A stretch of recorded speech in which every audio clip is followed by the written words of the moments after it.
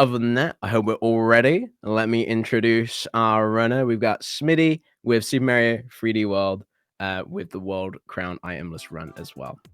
Let me shove that on over to you.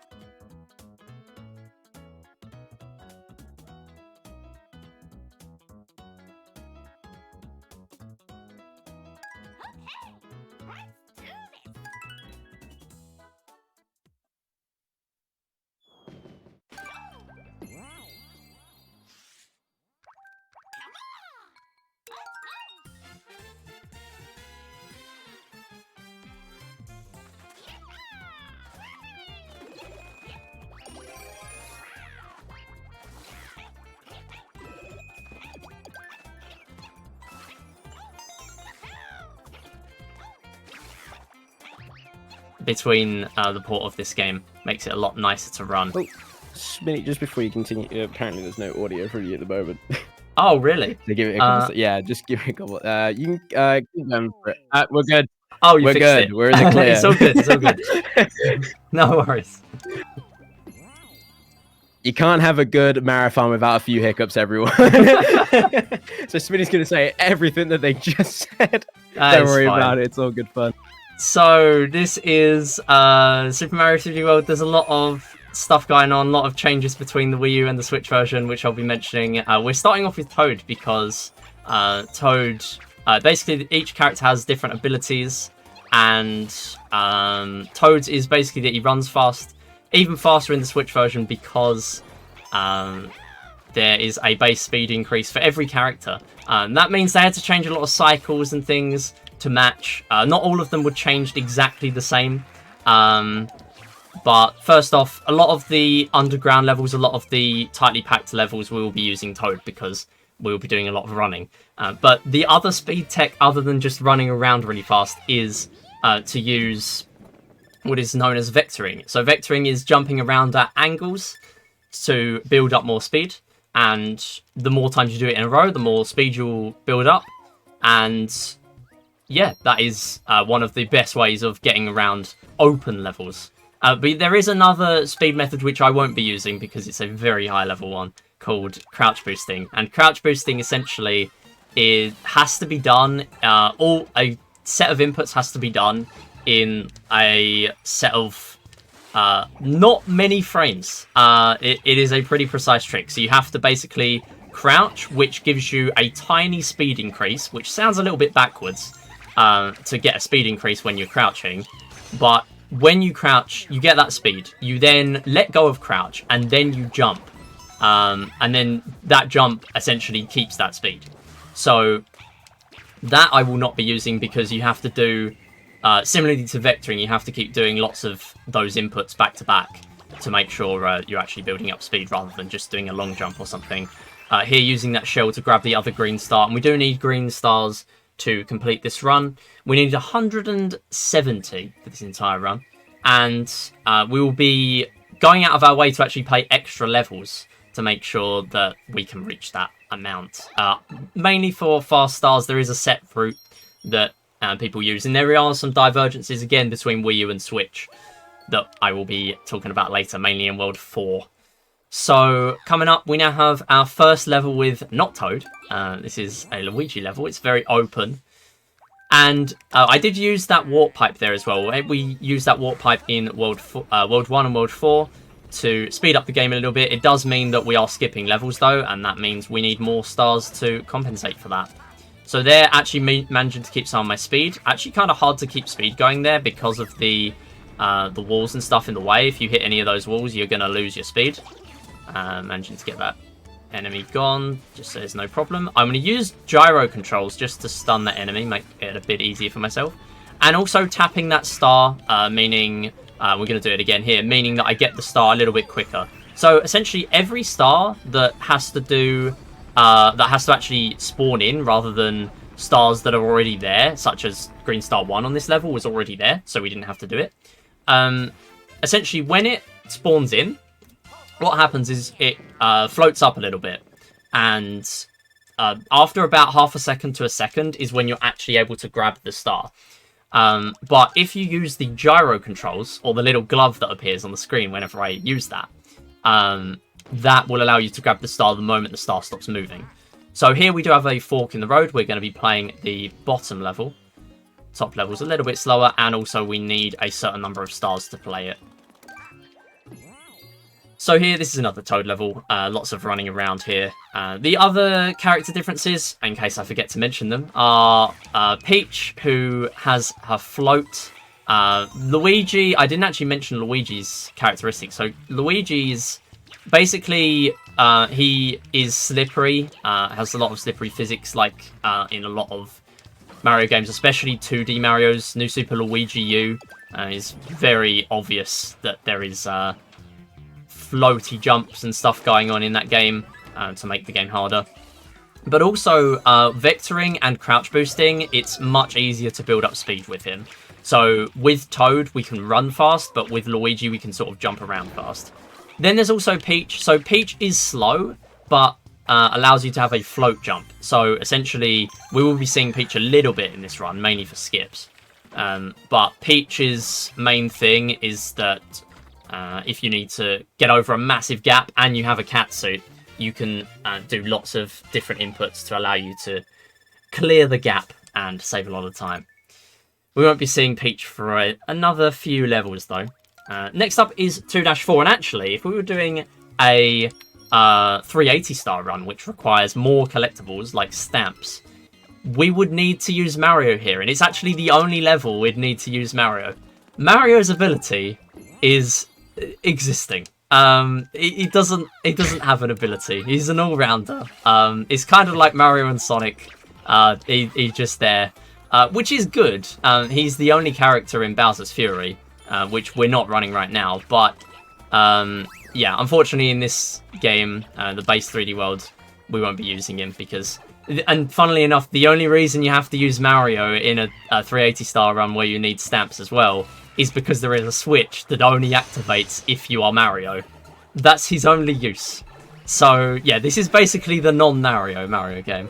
We're using gyro controls here to get this star, and I'm going to go in the pipe, use the baseball to grab that star, and that will speed this up quite a lot. It's so funny that you mentioned it's just like, yeah, it's a Mario game, but don't even play Mario at all. Who needs it, really? Like... Exactly. Why do we need to play Mario when we just have everyone else we can use? I mean, you can't use Peach in many games, so gotta make use of her here. Yeah, it's very true. Yeah, I love seeing like little. I love like this game because they added online with this one, right? Or yeah, they not have online? There is online. That's actually a great thing to mention. Yeah, online is in this version, and it's part of the reason that I was convinced to get this version. I heard it was coming out, and I thought, brilliant. Like, I've been running the Wii U version a long time. Wii U is very punishing. Yeah, Super Princess Peach. True. That's the only one that came into my head, to be fair. Yeah, so this game came out, and I thought, you know what? I do want to see what the changes are in this version. I didn't expect there to be many. So when it was seen that there was a very obvious speed increase, basically everywhere in the game, and even more so in stuff like Bowser's Fury, which obviously is Switch only, but the vectoring is even more prominent there. Yeah, it kind of convinced me to get it. Yeah, Bowser's Fury is cool, but the base game is a lot nicer now. Not even just that, but if I lose my catsuit, it isn't run over. A lot of people thought this was sort of a glorified itemless run. That is still the case. Catsuits are really useful, but if I lose them, it's not really the end of the world. And itemless runs aren't actually too far away from normal any percent runs in this version. But yeah, there is multiplayer. So multiplayer was another reason I got this game. There is online multiplayer, and that kind of is the reason why there is a category extension for multiplayer. So Ah. multiplayer was on Wii U, but there was never a category for it. But now we have online. It is suboptimal to use online, and there is talk of splitting the boards from local multiplayer and online because there's like more loading screens and stuff and things like that. But Yeah. yeah, it is still cool to have an option. I can imagine like the lag difference between local and online must be pretty wild, especially from Nintendo. Yeah, I mean, I've not done 3D World Online much recently, but yeah, it depends. I've tried playing Mario Online with like different continents, and yeah, it isn't great. But it makes it even more fun. Even though it is not optimal in a speedrun, I guess. Here though, we have been using Toad again, and we had the Double Cherry appear. So the Double Cherry is a new power-up in this game, and it essentially spawns in a clone, and we had to have a clone for that P switch. Those big little P floors. They're kind of not P switches. There are P switches in this game too, and they're smaller. But when you pop a Double Cherry, it allows you to use that second player, and in main any percent right now, any percent on the main leaderboards, it does not allow multiplayer, so you can only use one controller. But there are other runs like 380 stars, 100%, where you can use more than one, which allows for a lot of different strats to go on. But here we're coming up to 2 Castle. This is a bit of an auto-scroller. The main thing to mention here is that we need a cannon box, and if I lose that cannon box, there are only 3 in this level, so if I get past that point and I lose it, I'm going to need a backup star. But there are plenty of backup stars in this run, so it's absolutely fine if I lose it. But other than that, we've got a minute for some donations or any messages. Sure thing. Let's take a look.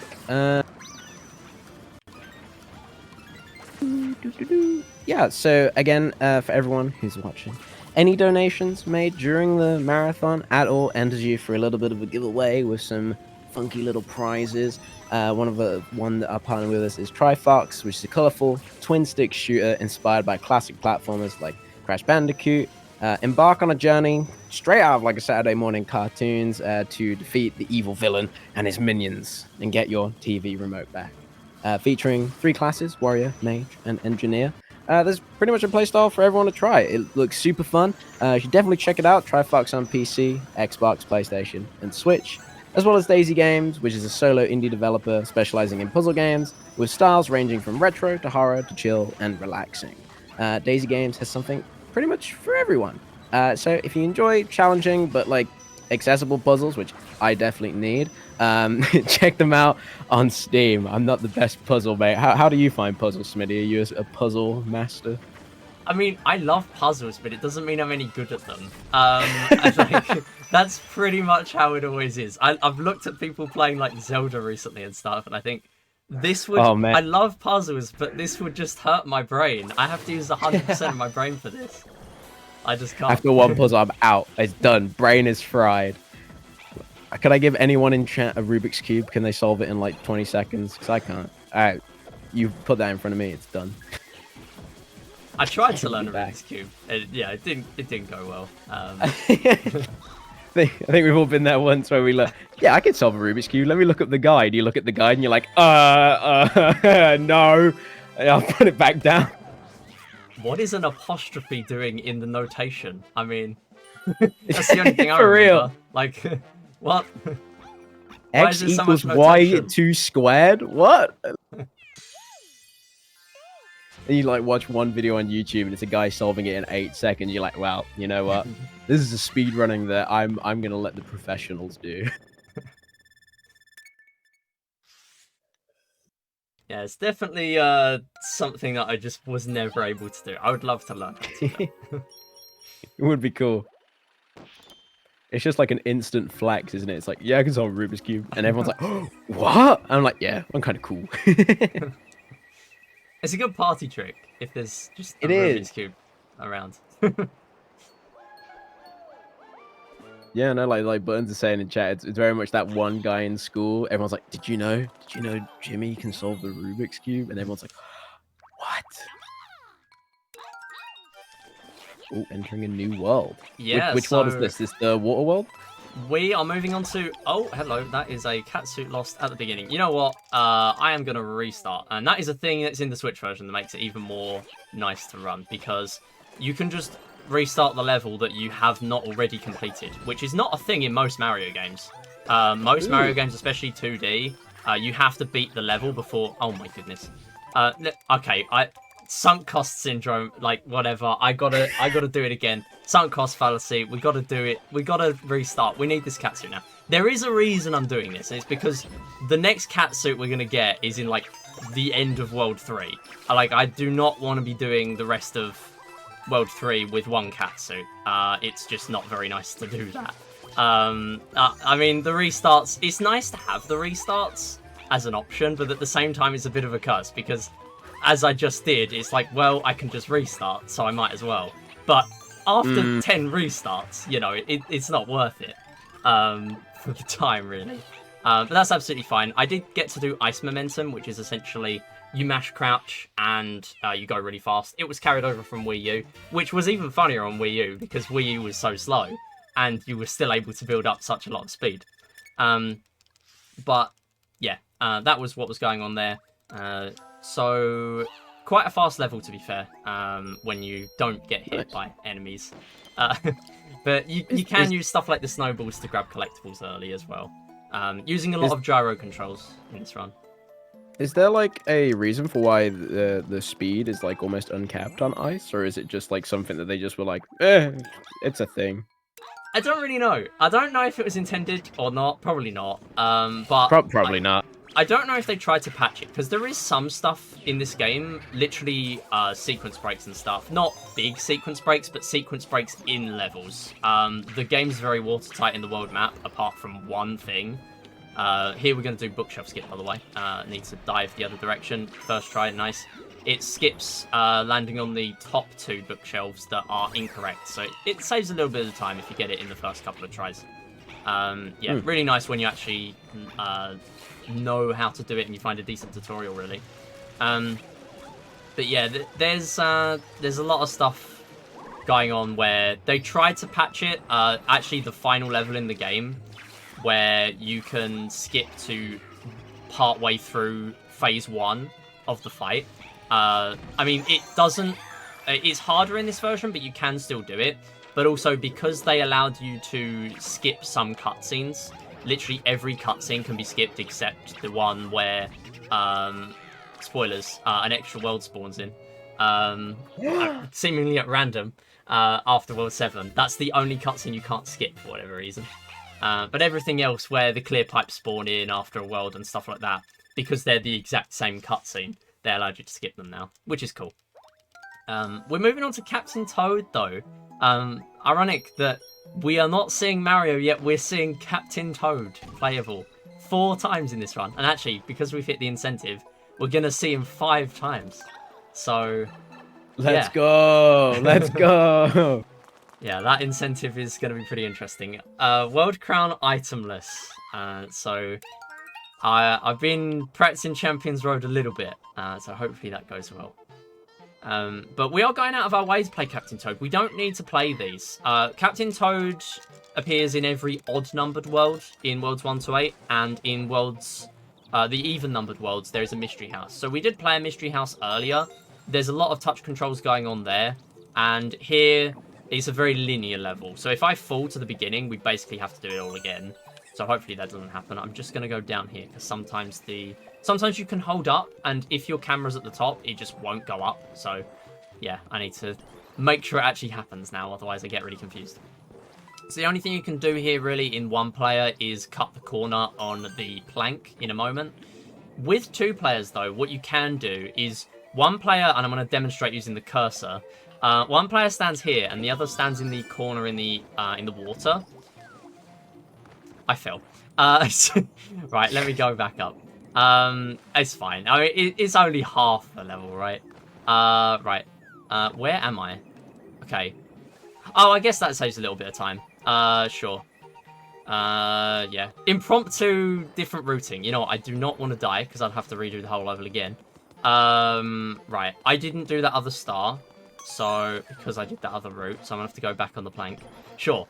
This is what happens when I try and talk about cutting off part of the level. I have to do double the level. It's all good. There's always that one moment. Curse. Yeah, there's always that one moment on a Captain Toad level where it just all goes wrong. You lose 30 seconds. That's fine.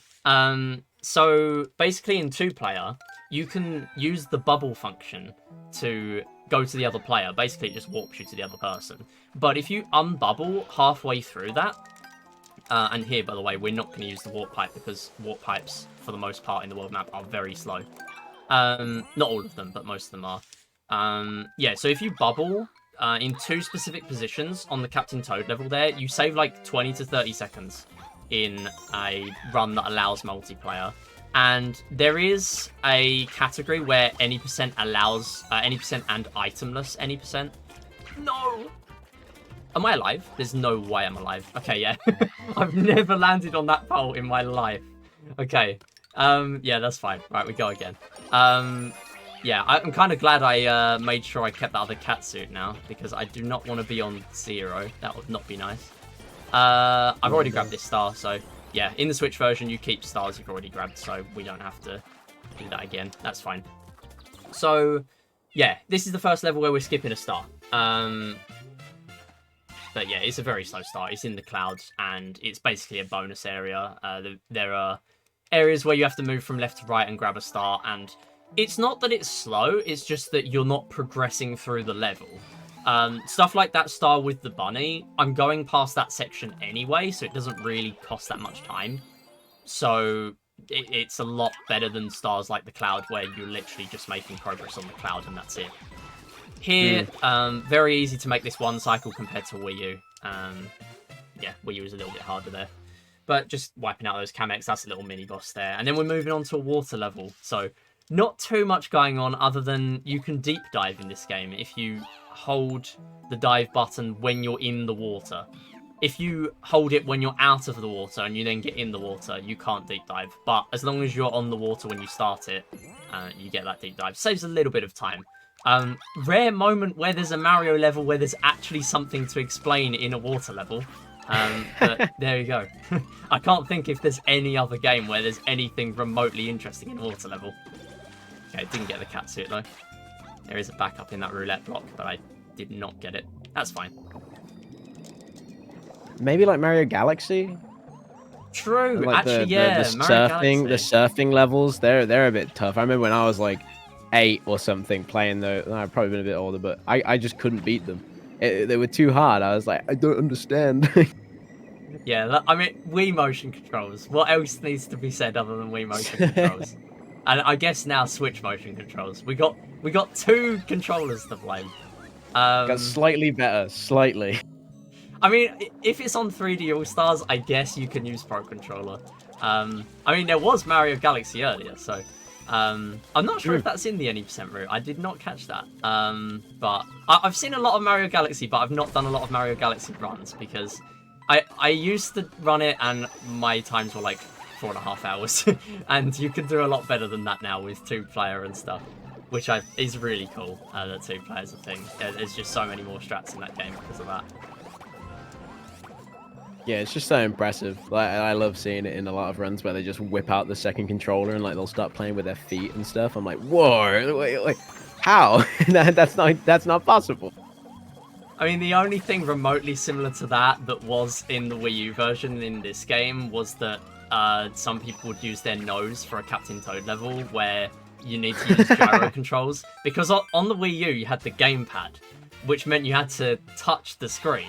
Oh, yeah. Whereas here, we can just press R to activate the gyro, and then L to recalibrate it, and that's literally it. So we can do the gyro at the same time as as actually moving the controller or moving the character. Whereas on Wii U, yeah, you kind of couldn't do that. So essentially, what we now have is, yeah, there's a lot more possibilities in this game where you can just activate gyro.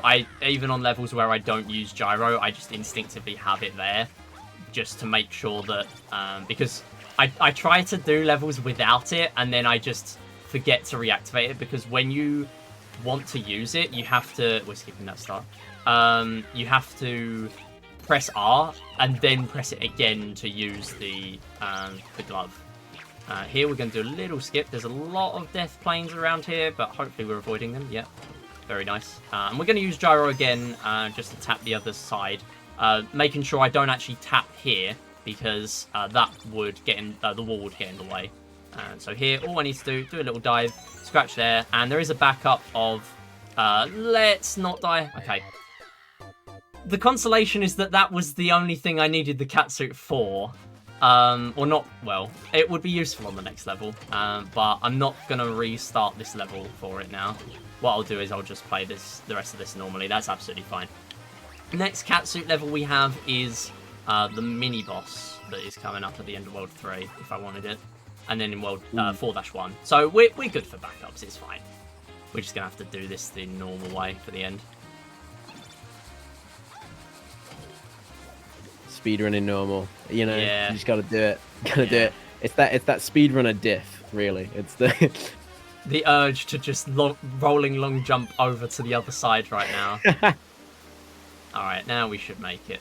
And going low on the flagpole, actually one of the few Mario games where going low on the flagpole does save a little bit of time, because the Bowser flag just disappears. It doesn't actually have to go to the bottom.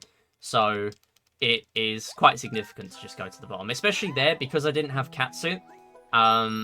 The stamina, where essentially the gimmick of this game is that you can climb the flagpole to get the golden flagpole, and golden flagpoles are significant for runs where you need to unlock World Crown. Whereas for this run, we don't need to unlock that, and we're going to use an existing save for the World Crown incentive. So here, we're going to use Peach. I can technically do this skip, even though I don't have catsuit, but it is harder, and I haven't actually... Okay, I'm going to restart so I actually get Tanuki. I haven't actually practiced with Tanuki, but I might as well give it one go, just to see if I can put it off. So here, we're going to grab this star, and then get to here. It's going to do a little camera skip, and if we want to see more camera skips, I've got to jump between the trains. So I'm going to try my best. I need to not change my angle, essentially, when I want to do these train jumps. I'm actually not all the way to the right, which that one isn't going to save as much time. The further right you are, the better. I'm going to do one more train jump. Some people do more, but I'm going to do this. That one's on a raised platform, so that's fine. Barely making it there. And yeah, that is it. So here I can use the gyro controls to stun these bullet bills. Not needing to do that though. And because I'm over here at the moment, the box appears, I can literally just tap the box rather than needing to get over there, and then it activates the Captain Toad cutscene to then spawn the star. So I should mention as well, I haven't actually mentioned stamps yet. Stamps are another thing carried over from Wii U. Also here we're going to try and get an early hit. Nice. Yeah, so Wii U stamps are basically a relic of the Wii U version where you can post them on Miiverse. They kind of use them in a good way here because you now have snapshot mode where you can put stamps on and then use them in Switch captures. But essentially in the speedrun, we don't want to grab them because it's going to give us a 6-second screen after a level. So in any percent, we don't need them at all. So wherever I can, I will be avoiding them. And again, no stamina with Tanuki, so we just grab the flagpole. And that's it. So 07 to Miiverse. Miss Miiverse. Yeah, absolutely. Yeah, Miiverse, yeah. There's what can we say about Miiverse that hasn't already been said, you know? Yeah, the Miiverse was definitely in place, but it didn't deserve the death it got. But it spawned a lot of interesting stuff. I'm pretty sure the nice water thing. One of the posts about the nice water was from this game. So yeah, there you go. I think it was. I might just be spreading misinformation, but I'm not too sure. I think my favorite thing from Miiverse was the Smash Brothers stage, that if you're playing a character, it would put Miiverse posts of your character in the background. Yeah, that was really cool. The Miiverse stage was so cool. Yeah, obviously now it's literally just a plain stage with some music going on. Okay, I'm doing the World 8 backup and not the World 3 backup. There you go. So the catsuit is in that little question mark block, and in World 8 there's a hidden block there. Yeah, that's fine. Didn't really need to grab it, but it saves me grabbing another one in 4-1. So here we are doing a little skip that, again, was on Wii U as well. You can do a ground pound or a spin jump and then do an Odyssey dive into the boss just to get the kill. On Wii U, the Odyssey dive didn't exist because 3D World Wii U predates Mario Odyssey.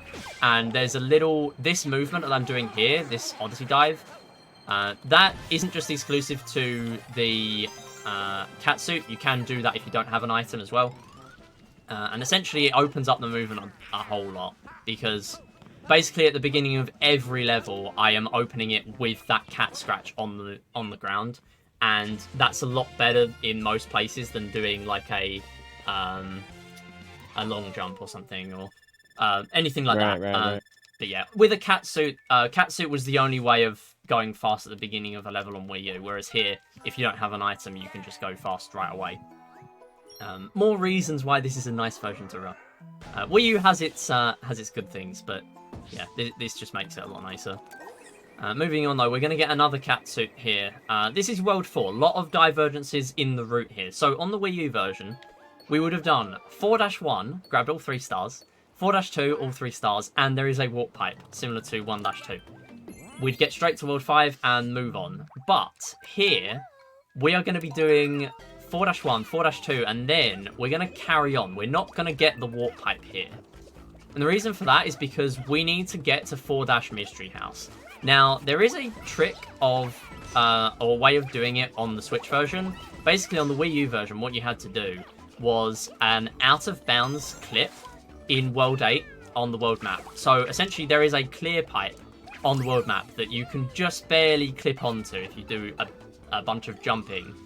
And then you can fall through World 8, past World 7, into World 4. And if you land on the tiny island with the Mystery House, you will then be able to play it early, because Mystery Houses and Captain Toad levels are unlocked from the beginning.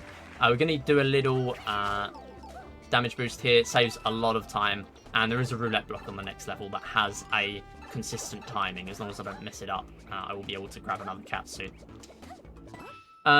So yeah, we are going to have to do a little bit more of World 4 to get to that Mystery House. And the Mystery House we've already seen had 5 green stars. This one has 10. So it is very good for us to play this. If we didn't play it now, we'd have to do multiple extra levels or really slow stars that we've already been skipping in the run. So it's more than worth doing the extra levels for. 10 in 1 sounds like wild. That's so... Yeah, I mean, not counting like loading into the level and all of the world map like spawning in stuff, it takes like, I'd say about 70 seconds to do, maybe less than that, and it's just a lot better than doing any different route. Actually, when I first picked up this game and I realized that the World 8 out of bounds didn't exist, I decided I would do a completely different route because there was no set route at the time. I only did a couple of runs and then I kind of stopped running the game, then came back again. And when I originally did run the Switch version, I think I just added in 10 extra bonus stars. Needless to say, when I came back and there was a route that just did this instead, I had a free PV waiting for me because that is so much faster. Also, yeah, when you first change over from Wii U to Switch, the gyro controls are really hard to get used to, but yeah, it's so much easier than the gamepad after a certain point. So they're very nice place to practice vectoring. Obviously, there's a massive poison lake there, but okay, here I'm going to get gold flagpole because it's I'm at the top anyway. Might as well. It's faster. The platforms are positioned in a way where you have to jump at angles to hit them anyway.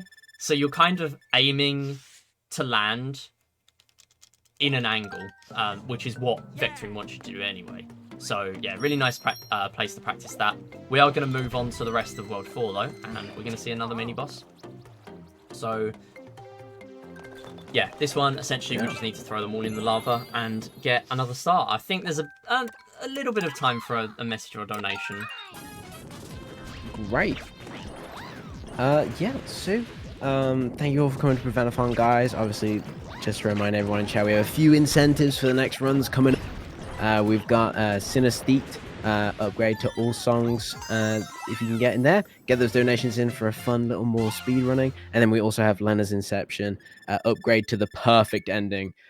So some more difficult challenges on their way up. And if you do exclamation mark donate, which I think someone has done, thank you very much, you can go towards that, and you can bid on the bid war as well for Hello Kitty Roller Rescue to pick the character. Currently Hello Kitty leading the way at the moment, all the way up in first place, but Bad Bats Mario maybe someone will make sure it closes up on second place. So keep those donations rolling in, guys. It was so appreciative, and just enjoying the run. This run has been so cool so far with so many cool tricks. Yeah, so many cool tricks, including accidentally going in the level as Toad rather than Peach, which is going to lose me about 10 seconds, but it doesn't matter. Yeah, guys, this is the Toad skip. Fine. Yeah, oh, I'm with bonking now, great. This is going very well. Yeah, so... Okay, right, what has that affected? Okay, I think I might have missed that cycle on that trampoline, that's fine. Yeah, so now, because these are global cycles on this level, this is like the one level where I want to not be going slow. Here I am. So, yeah, okay, this one's lined up well. So what we want to do, ground pound there, and then go straight into the star. And normally, we would be activating that trampoline early, just to get a little bit of a head start. I'm going to not use that trampoline then, we'll just ground pound. But here, because we don't need the stamp, which we would need the trampoline to get, we're just going to try and skip it. Now, I only have... Okay, no, I have 2 cat suits, my bad. Yeah, that's fine. We got it. So there are 2 setups to doing that. You can bounce on one of the enemies, which I prefer because you don't have to be as fast with your movement. Or you can go straight from the platform to the cloud. Now, that is a very big jump. You can do it, especially with Peach. You don't have to do anything too technical, but my consistency is way better by bouncing on one of the enemies. So that skips the entire trampoline. So needless to say, very big skip there. And here we've now unlocked the warp pipe to get to that mystery house.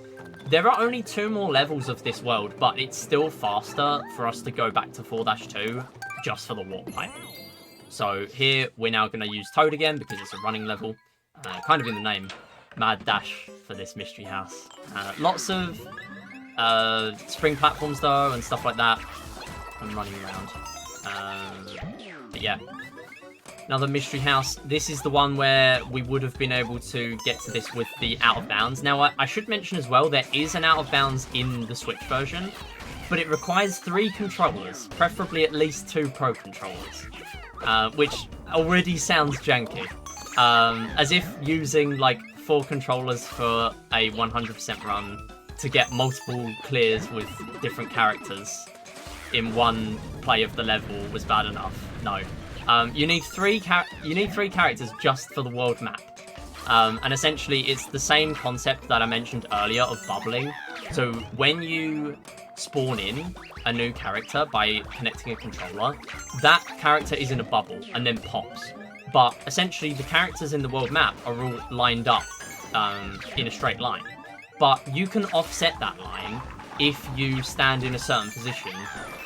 But it's a really strange setup of how to do it. But if you manage to get the 3rd controller you connect, if that character goes over the invisible wall, you can then fall through World 7, get to this World 4 island, the similar way that is done on the Wii U.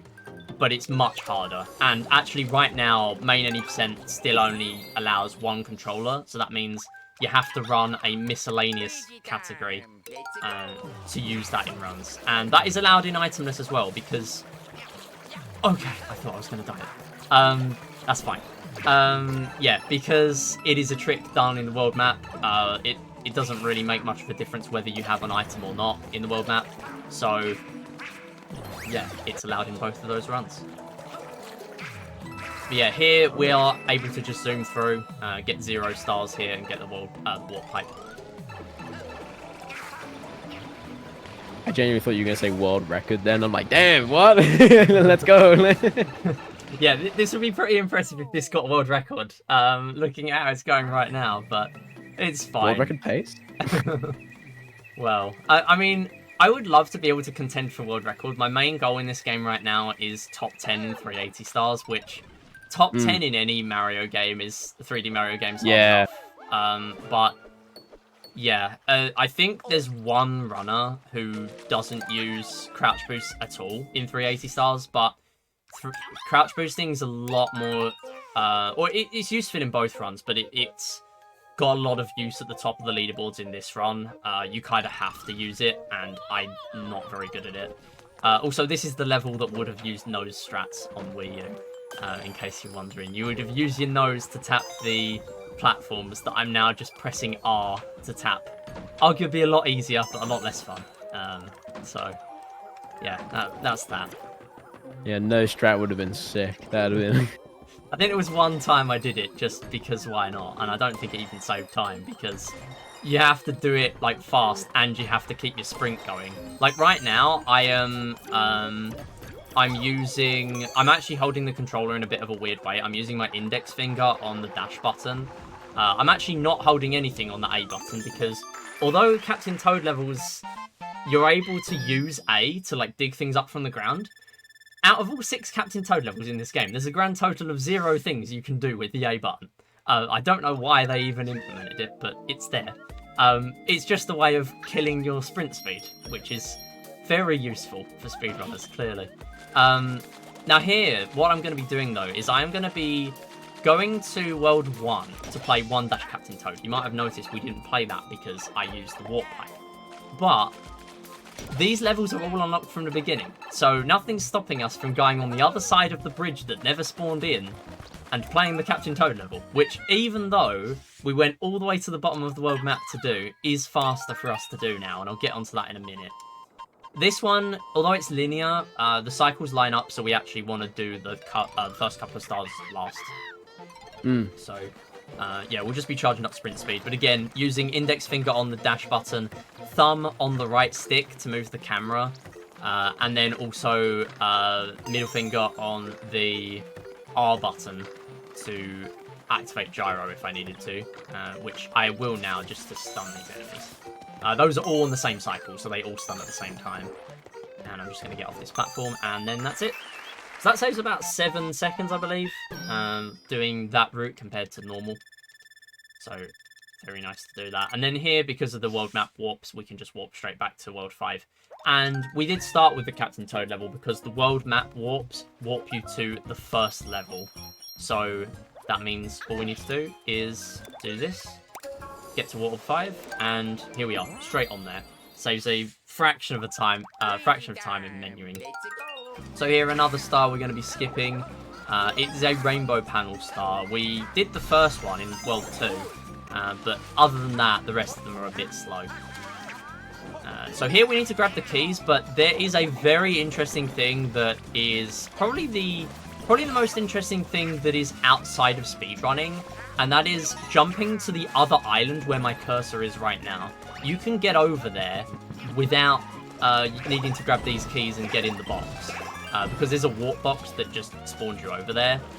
And there are 2 main ways. You can do crouch boosting to get an obscene amount of speed, or you can do shell jumps, which are a thing in this game. Not really optimal in terms of a speed run, but if you were, for whatever reason, getting over here, or if there was a speed run where it was better to get over here, or you you just didn't want to collect the keys for whatever reason, then you're able to do that, but I've never been able to do it. It's quite an interesting challenge though. It's like the one trick jump in this game. But yeah, skipping Green Star 2, and we now got Plessy. This is the only Plessy we're going to get in the run. Plessy has not had much of a speed boost, so there's not really much reason for us to use her, but good thing is lots of Plessy levels are in forks on the road in terms of the world map, so we can skip them a lot of the time. But here, this is unskippable.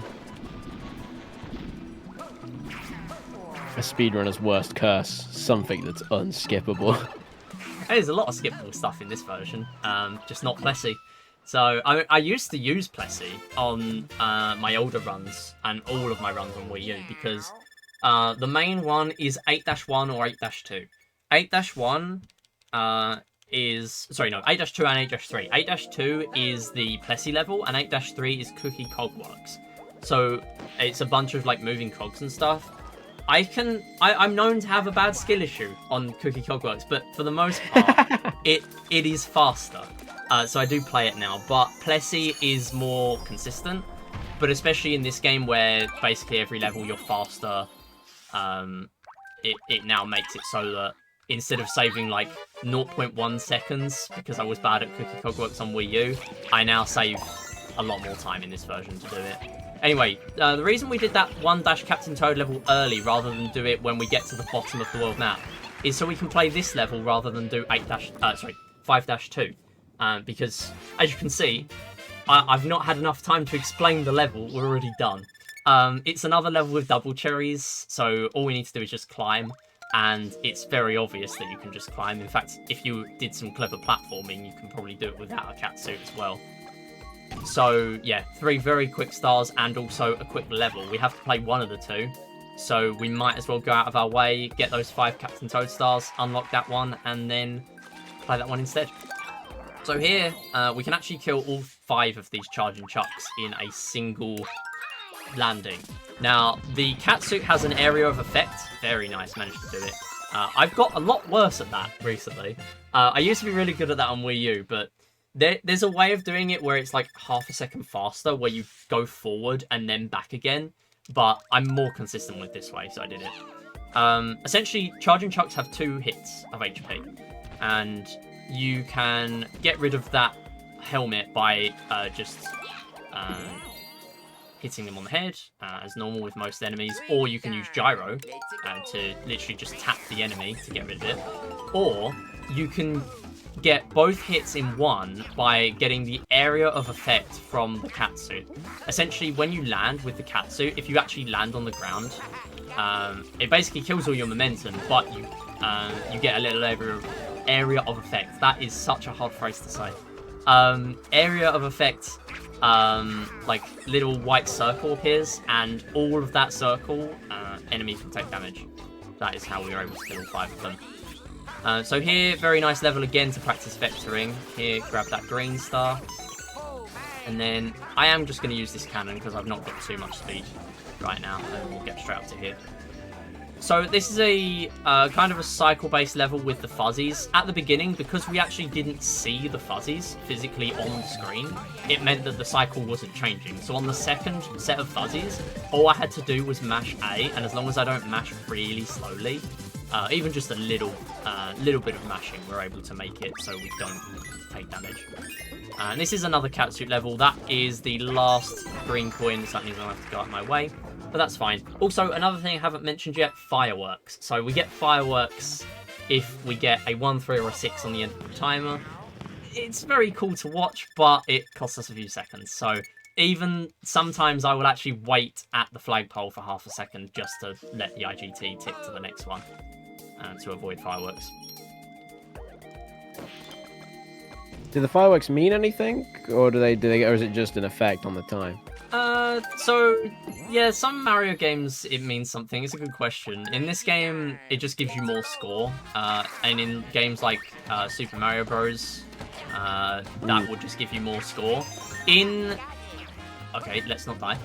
In 2D Mario games like New Super Mario Bros. U Deluxe, or yeah, just the base one as well. You would, skipping that green star, that's fine. Let's not take damage. Cool. Yeah, a lot of close calls on this level. It's so hard to talk at the same time as doing flip panels. Yeah, wow. Yeah, I can imagine. So yeah, there is in 2D Mario games you actually get bonus items and stuff, but the only problem with that is that the one 2D Mario game that I know the most, New Super Mario Bros. U, it gives you fireworks and then a cutscene where Toad gives you a chest with an item in.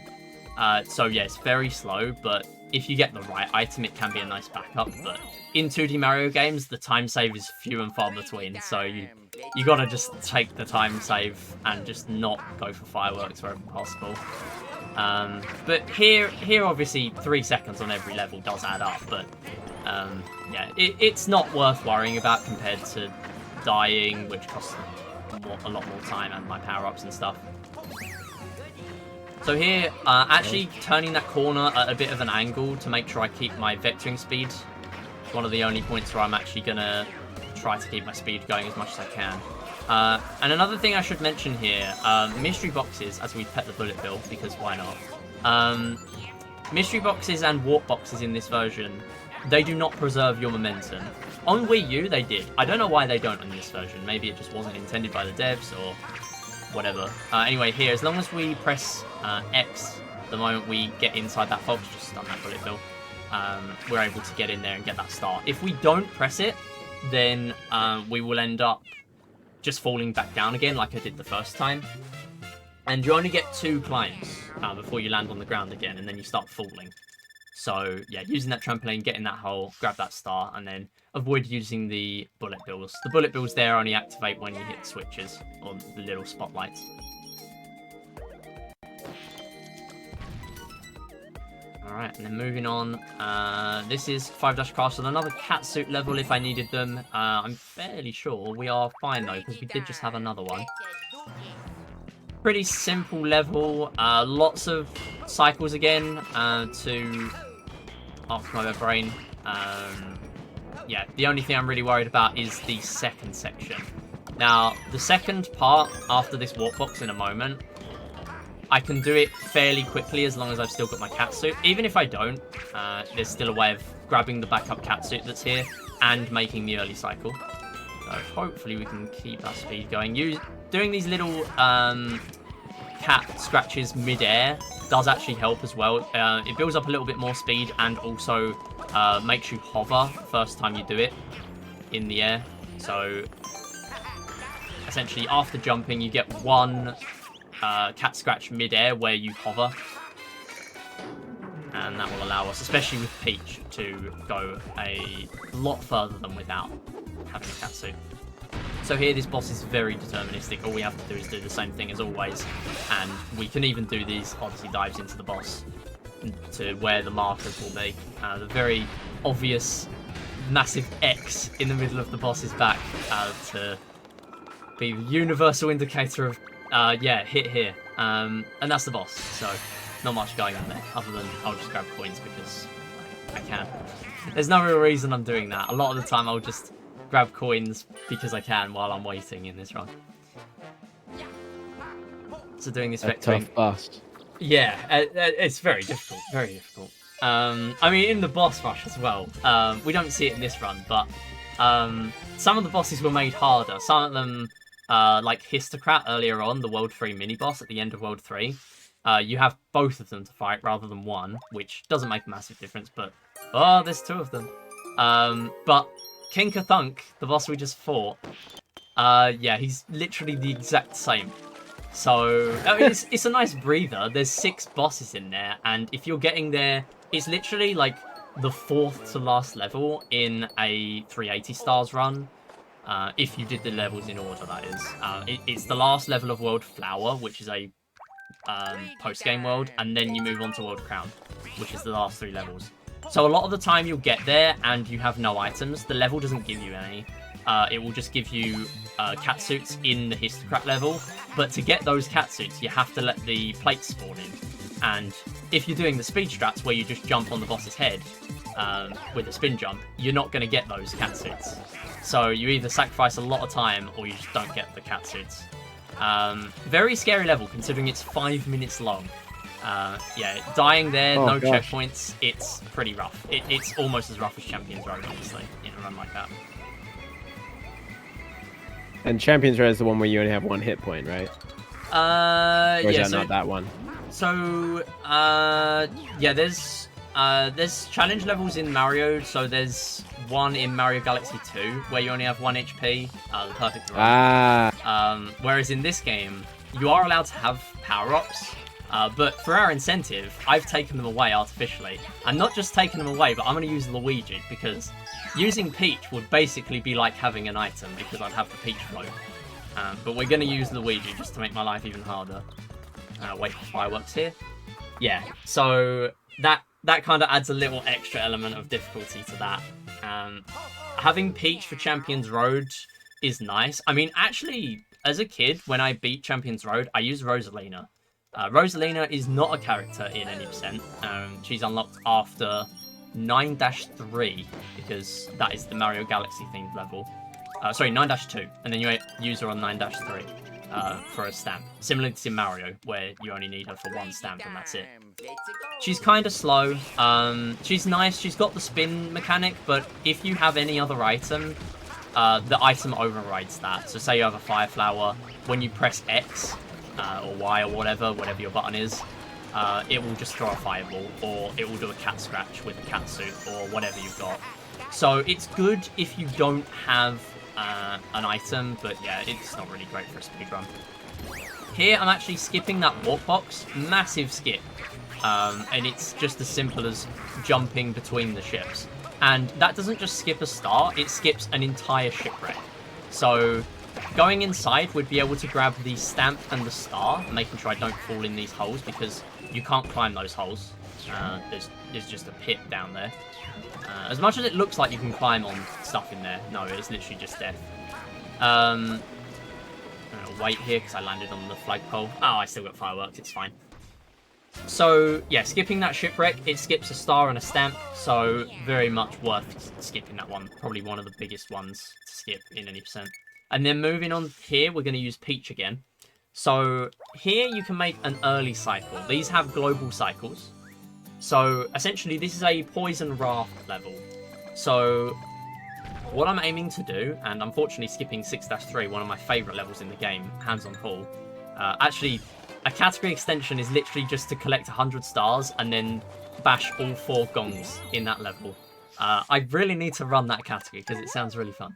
But yeah, unfortunately, it's not a fast level in any percent, so we play this instead. So these rafts that we're skipping past, these are all on global cycles. So what we need to do is get to here for this one. Make sure I don't grab that stamp because it's slow. I got here quite fast, so I'll wait a little bit just so I don't end up straight in the poison on the other end. I'm then going to climb back on it, get over to here, and then get this checkpoint just in case anything goes wrong. Then what we're going to do, grab these green coins with the gyro controls. And then there is one faster cycle. This is the normal cycle we can make, but I can make this one. It all went pretty well, so that's fine. However, I don't call it first cycle because you've probably guessed there's another one. And as far as I'm aware, there are not many runs at all. The world record that was world record until a few weeks ago did definitely do it. I'm not sure if the current one does. But it essentially saves whatever I just saved skipping a cycle. And it requires crouch boosting. It is one of the most ridiculous strats in this run. It's referred to as Lightning Cycle, and honestly, I don't think it deserves any better moniker than that. Honestly, it's really hard. I struggle enough to do it as Peach with the strat that I just did. But yeah, I can use Toad there. Toad would be faster technically. But having the Peach float makes doing everything, getting into the clear pipe in the over the poison much easier. Whereas if I'm using Toad and anything goes wrong, it's way worse. The only reason Toad is faster is it would save me like half a second at the end, where Toad is faster. Here, managing to get all 3 where the boss doesn't go on the other side. The boss can randomly decide to go on the other side there. Luckily, managing to get around that. And then next up is our last catsuit level before Gauntlet, what I like to call Gauntlet. There's about an entire world. So the last third of World 6 and the first 2/3 of World 7, there are no catsuits. And the first catsuit we're going to get from now on is 7-5, which has 1 catsuit box. And in that level, it's honestly quite a hard level anyway. A lot of the time I'll take damage there. So... And that will be after the catsuit box, conveniently. So here, actually, this is the last catsuit level, and it gives you like 3 catsuit boxes. There's one in one of those question mark blocks there, and then there's a hidden block, literally the platform after, that has another catsuit in it. And then there's another one after the checkpoint. So they were very generous here, and then they decided to be very stingy in World 7. And they really wanted you to play as a cat. Yeah, for this level, yeah. I mean, it makes sense here. Because, you know, there's a lot of climbing involved. Okay, managing to not get timed out on that. Cool. Yeah, so there, the moment I went into that mystery box, I did actually start spinning the control stick, just to make sure the character was already spinning, and just doing a jump from there allows me to get into the box after doing an Odyssey dive. You can use Luigi, but Toad is better for the running in this level, or at least I find I prefer to use Toad. A lot of people, it's hard to find 2 runs that have the exact same characters for every level. But yeah, Toad's quite nice there, but Luigi with his higher jump would be able to just get straight in the box. Whereas there, Toad, quite nice to do the rest of the level with. Although, if I end up bonking on that platform more than twice, I would say after 2 or 3 times, I would just climb round and do that star normally. Although it is worth noting, mystery boxes in this game are not nearly as tight for time as they are in 3D Land.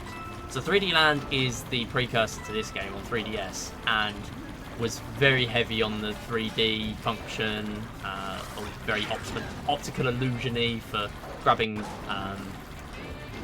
the medals, which are basically the same as green stars in this game, where you would be encouraged to turn on the 3D to find stars and stuff. They also had mystery boxes in that game. So mystery boxes are the little purple ones where you get 10 seconds to do something, and then if you get the star, you've completed it. In that game, you spawn in, and it takes 10 seconds, and the moment it hits 0, you're done. It kicks you out the mystery box, and that's it. This game, it takes a second before it even starts ticking, and by the way, here we're going to do a little skip where I go above to skip the camera and then go back down. There is a way of doing skipping the beginning as well, but essentially it means you have to do movement like I just did, but you can't see where you're going. So it's a very difficult thing to pull off. It saves like a lot of time, like 30 seconds, but I've only ever managed to do it once, and even then it was a complete fluke. So I have never done it in a run. And even then, if I die there, it means I'm going into the next like world with 1 less catsuit. So yeah, the thing I was mentioning with 3D Land, essentially you get 10 seconds, that's it. But mystery boxes in this game, it takes a second before it ticks over from 10 to 9. And then when you hit 0, it takes a second for you to actually get kicked out. So you get 12 seconds, which is nice. But yeah, some stars are still a little difficult in this game, especially later on. We are going to see 30 green stars in a single mystery house as part of the incentive. And that will also be itemless. So yeah, lots going on. But this one is kind of making up for that difficulty. As you can see, I'm avoiding doing everything by just using these baseballs to grab the star. Here, don't even need baseballs, just hit the power block. And then here, actually kind of hard, this one, but all we need to do is just hit the switches and that's it. I think you're intended to kick the balls into the switches. You get 10 seconds to do 3 of them, which is kind of hard. But yeah, they're, especially with the thwomps, it makes it hard. But they're using gyro makes it so much easier. And then we're moving on to another auto-scroller here. Now this one is a little bit more interesting. There are some camera skips we can do. There's 2, so there's one at the end, similar to 2 Dash Castle, or the tank level. And there is also one that we can do halfway through here. So essentially what's going on is we have Fire Bros and Hammer Bros, which will only start moving and firing shots at you when you get to a certain point near them. So we can actually stay pretty far back until we get to the part where we want to skip some of the camera, just to play safe, so that I know where the enemies are going to spawn. I can even just kill them before they've even started their cycles, like this one. I'm just going to kill before he even does anything. Actually, no, there wasn't one there. It's at the next part, I believe. What I do need to be mindful, though, on this level, there was a green star above me there, is that if you go too high above the camera and too far to the right, the game will just say, you know what, no, I don't want to deal with you going too fast. I'm just going to throw you wherever I want to. So we're probably going to see it in a little bit, or if I do it at the end to try and skip some of the camera at the end. But essentially what we want to happen is we want to make sure that we know where we are. I'm going to be looking at my shadow a little bit. So yeah, skipping a lot of the camera there, and catsuit makes this a lot nicer to do. There's one more fire bro I need to kill. So it's just there. Didn't manage to do it. Actually, in my practice run yesterday, it just landed on my head and then got rid of one of my catsuits. And that was the point where the run went downhill. So I'm glad that did not happen here. Yeah, so essentially, if I went further ahead at that point, I did play quite safe with that camera skip. If I decided to go further ahead, I would often get launched. Say I was holding up and right, which is the direction that the level is moving in. The game would throw me further right. So I have had it before multiple times where I've died, and there's no checkpoints to this level, so it's basically dead run. If you're going for PB by that point. Also lose a catsuit for it. And the fact that you have to play a very long, tedious auto-scroll for another 3 minutes is also not very nice. Yeah, also worth mentioning there on Boom Boom, the same as in 2-Dash Castle, for the first 2 hits, we actually want to hit him on the head, and then for the last one, we want to cat scratch him. That is the most optimal way of doing that. Saves about a second on each hit if you do it that way. And yeah, moving on to this one, we have another mini-boss coming up. This is Motley Boss Blob. So Motley is kind of difficult to deal with if you don't know how to. I am going to grab the double cherries as a little backup, just to make sure that I don't take damage. Basically, if you take damage with a double cherry, the clone will just disappear. If you take damage with your character, obviously you take damage. So, as much as it is slow to use these double cherries by a couple of seconds, I much prefer it, because I tried one day to not use them and I just took damage straight away, and I thought, you know what, that's the last time I do that. Unless I desperately need the 2 seconds time save, I won't be doing it. So here, no catsuits. The extra item is a double cherry if I wanted it, but I won't go and grab that. We're just gonna play the level. So there is a very funny way of cheesing this boss, and it's not very obvious immediately, but it will become obvious as we continue. So I'm just gonna walk, not even run, I'm gonna walk around the edge, and I'm kind of not even just walking as fast as I can away from the boss, I'm hugging the edge too, just to stay as close to the boss as I can. And the reason for that is because the blobs will just randomly spawn, but the boss will always go towards the center. So this, one, avoids me getting hit, as long as I'm not really silly, and 2, I mean, that's not a given, but it hopefully we're fine. Yeah, we're fine now. And 2, it means that the boss is a lot more predetermined rather than you're not knowing where he's going to go. So yeah, much nicer experience once you know how to deal with that boss. And there are 3 versions of that boss. There's another one we're going to see in World 8, in my opinion is the hardest, which spawns in gold radiation waves every time the boss lands. So naturally, on that last cycle where there's like 8 jumps, there's a lot of gold rings to deal with, and if you hit a ring, you take damage. Similar to those spawners, those little circular spawners that we saw earlier on in the flip panel level. Yeah, it kind of looked like a Kirby villain almost. Yeah, it kind of reminded me. Kinda. Yeah, following on from the last one. Yeah. Exactly. Yeah. Yeah. Yeah. So that, in my opinion, is the hardest one, because those gold rings, we are going to see them in this run. They're very slow moving.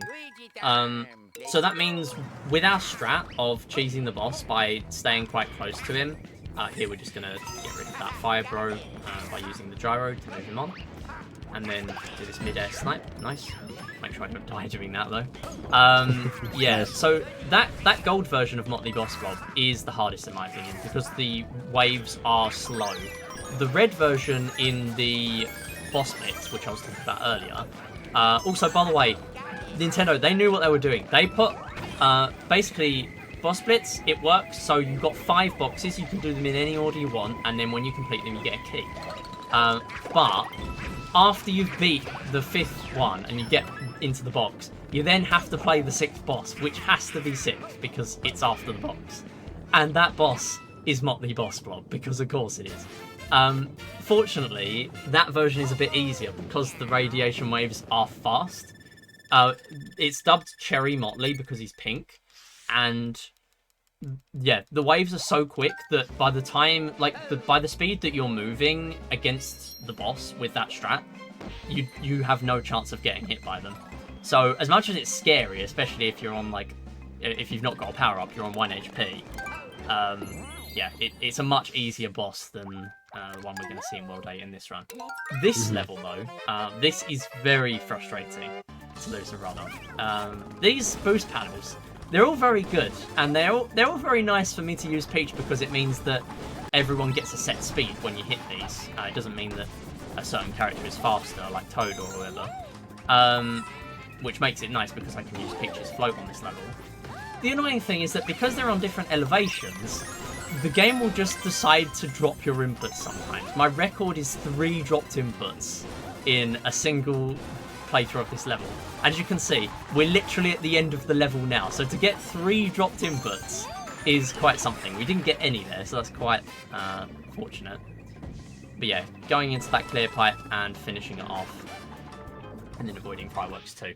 That, again, no checkpoints, but if you die there, you still lose quite a lot of time, and it's not just that, but it's the fact that it's not always your fault. It's just the game. It's just whatever the game wants to do.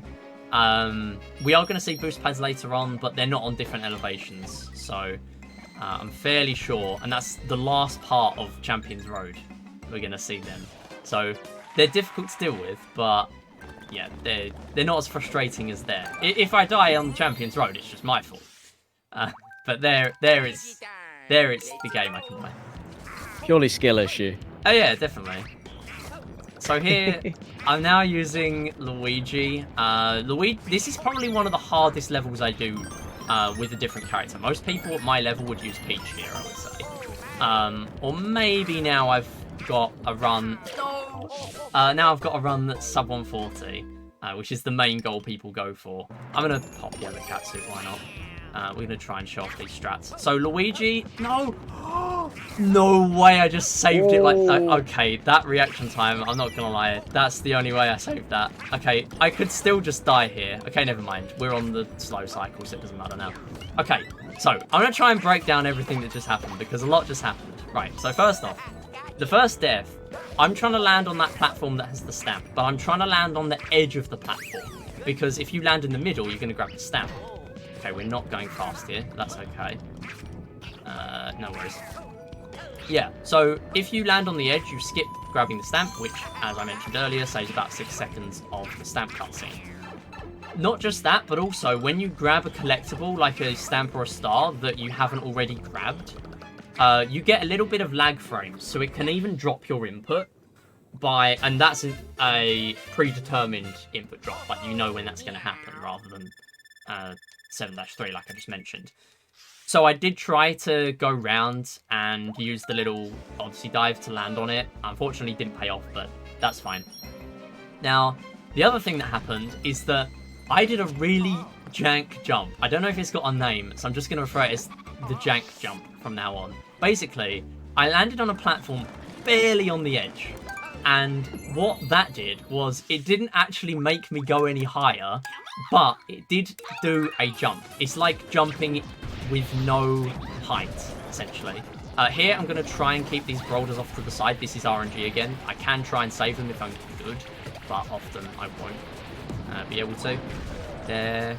Saving that one, as long as I don't take damage now, we're going to get a 1 cycle. Very nice. Saves about 10 seconds. So, yeah, saves in spawning in more boulders. But yeah, essentially that jank jump, what it did is, because of what I mentioned earlier with the catsuit, I barely had enough time to react by pressing X, and I didn't think it would do anything, but luckily the platform just barely spawned in time before I died. I think there were probably frames in that. I mean, it doesn't save much time, but it meant I could show off the rest of the level with the catsuit, which, that's the only thing that matters, really. So, yeah, that just is to break down everything that happened. There was a lot going on. For sure. We got any quiet time coming up? Yeah, we can have quiet time now, seeing as I was expecting that level to be quiet time, but I mean, 4 was too mean to me. So no, yeah, I was just letting you go. You were like popping up. I'm like, yeah, tell everyone how to do it. Yeah, like tell them.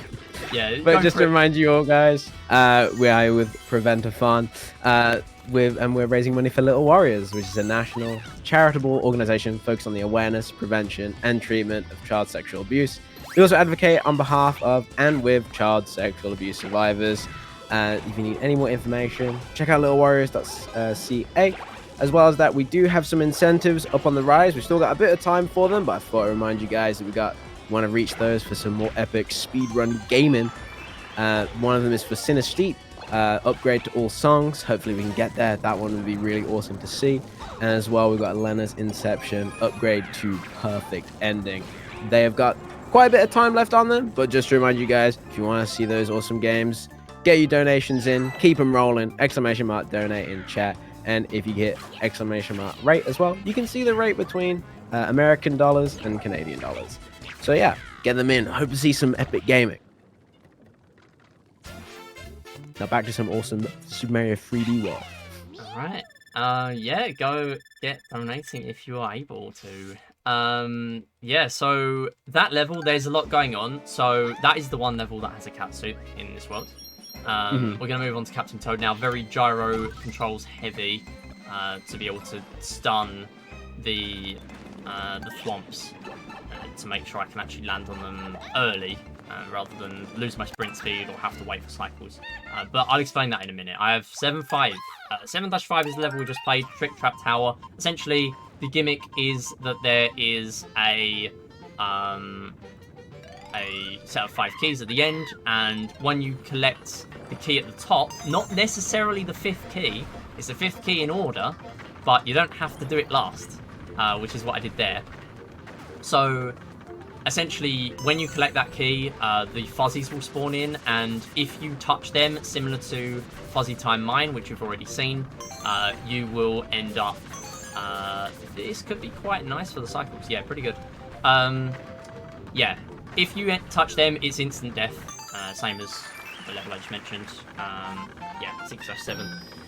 So, yeah, it's nice to be able to save one of the earlier keys to the end, because it means that you can just start your running straight down to the bottom instantly, rather than have to wait for the camera to pan back up to start the escape phase. Doesn't necessarily make the escape phase easier, but it also saves a fraction of time, because the camera has to pan less to get from final key to where the box spawns in, essentially.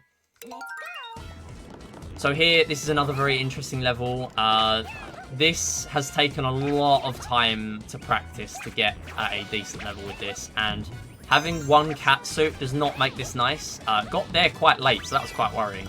But essentially, what we want to do is skip all these grey platforms. The grey platforms are the ones that go into the lava, the green ones are safe, and the blue one that we're about to go on here also safe.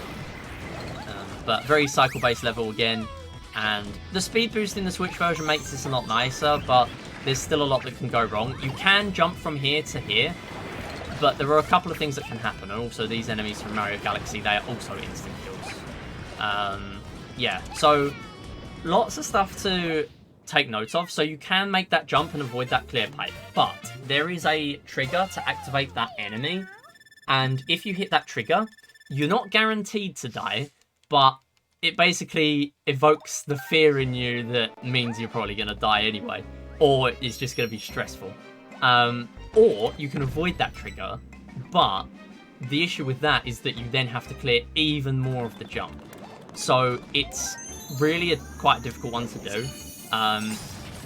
Personally, I'm not doing it right now in runs, because it doesn't save too much time, and the triggers and stuff, like some of the triggers are kind of difficult to deal with. So yeah. Managing to just going the clear pipe instead is honestly just a lot easier. I'd rather do that than risk my one catsuit at this point in the run. Also, talking of one catsuit, if we did have more than one here, we would have to get rid of it because we need Boomerang. We need Boomerang for 2 of the stars. So we've already used it for the first one, and you could actually use anything that isn't a catsuit for that first one, because the ironic thing is there, we need to do sort of reverse climbing. We need to do wall jumping down, and the only way to do that is to not have the catsuit. The catsuit makes it very hard to grab that star.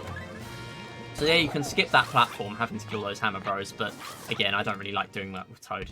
So it's just easier to kill them because I don't have Catsuit. So here, this is a very quick boss if you do the gyro control strats. So this is a reused boss from World 1. World 1 essentially is the same thing. Bowser's there in his car. If you hit him in the head and you get points, that means you've got an entire hit out. And it's a 3-hit boss, but if you hit a football onto the car just simply by kicking it with a character, that's gonna take 3 hits before you end up getting points appearing. So essentially it's 3 hits 3 times, so it's 9 hits. And it's even more than that if you're using fireballs to get hits, or if you're using boomerangs to get hits and stuff like that. So yeah, basically that strat, okay, didn't want to do that, but that's okay. That strat saves a lot of time using gyro, and all you have to do is put the glove, or the little cursor, in a position where you're comfortable with it to be.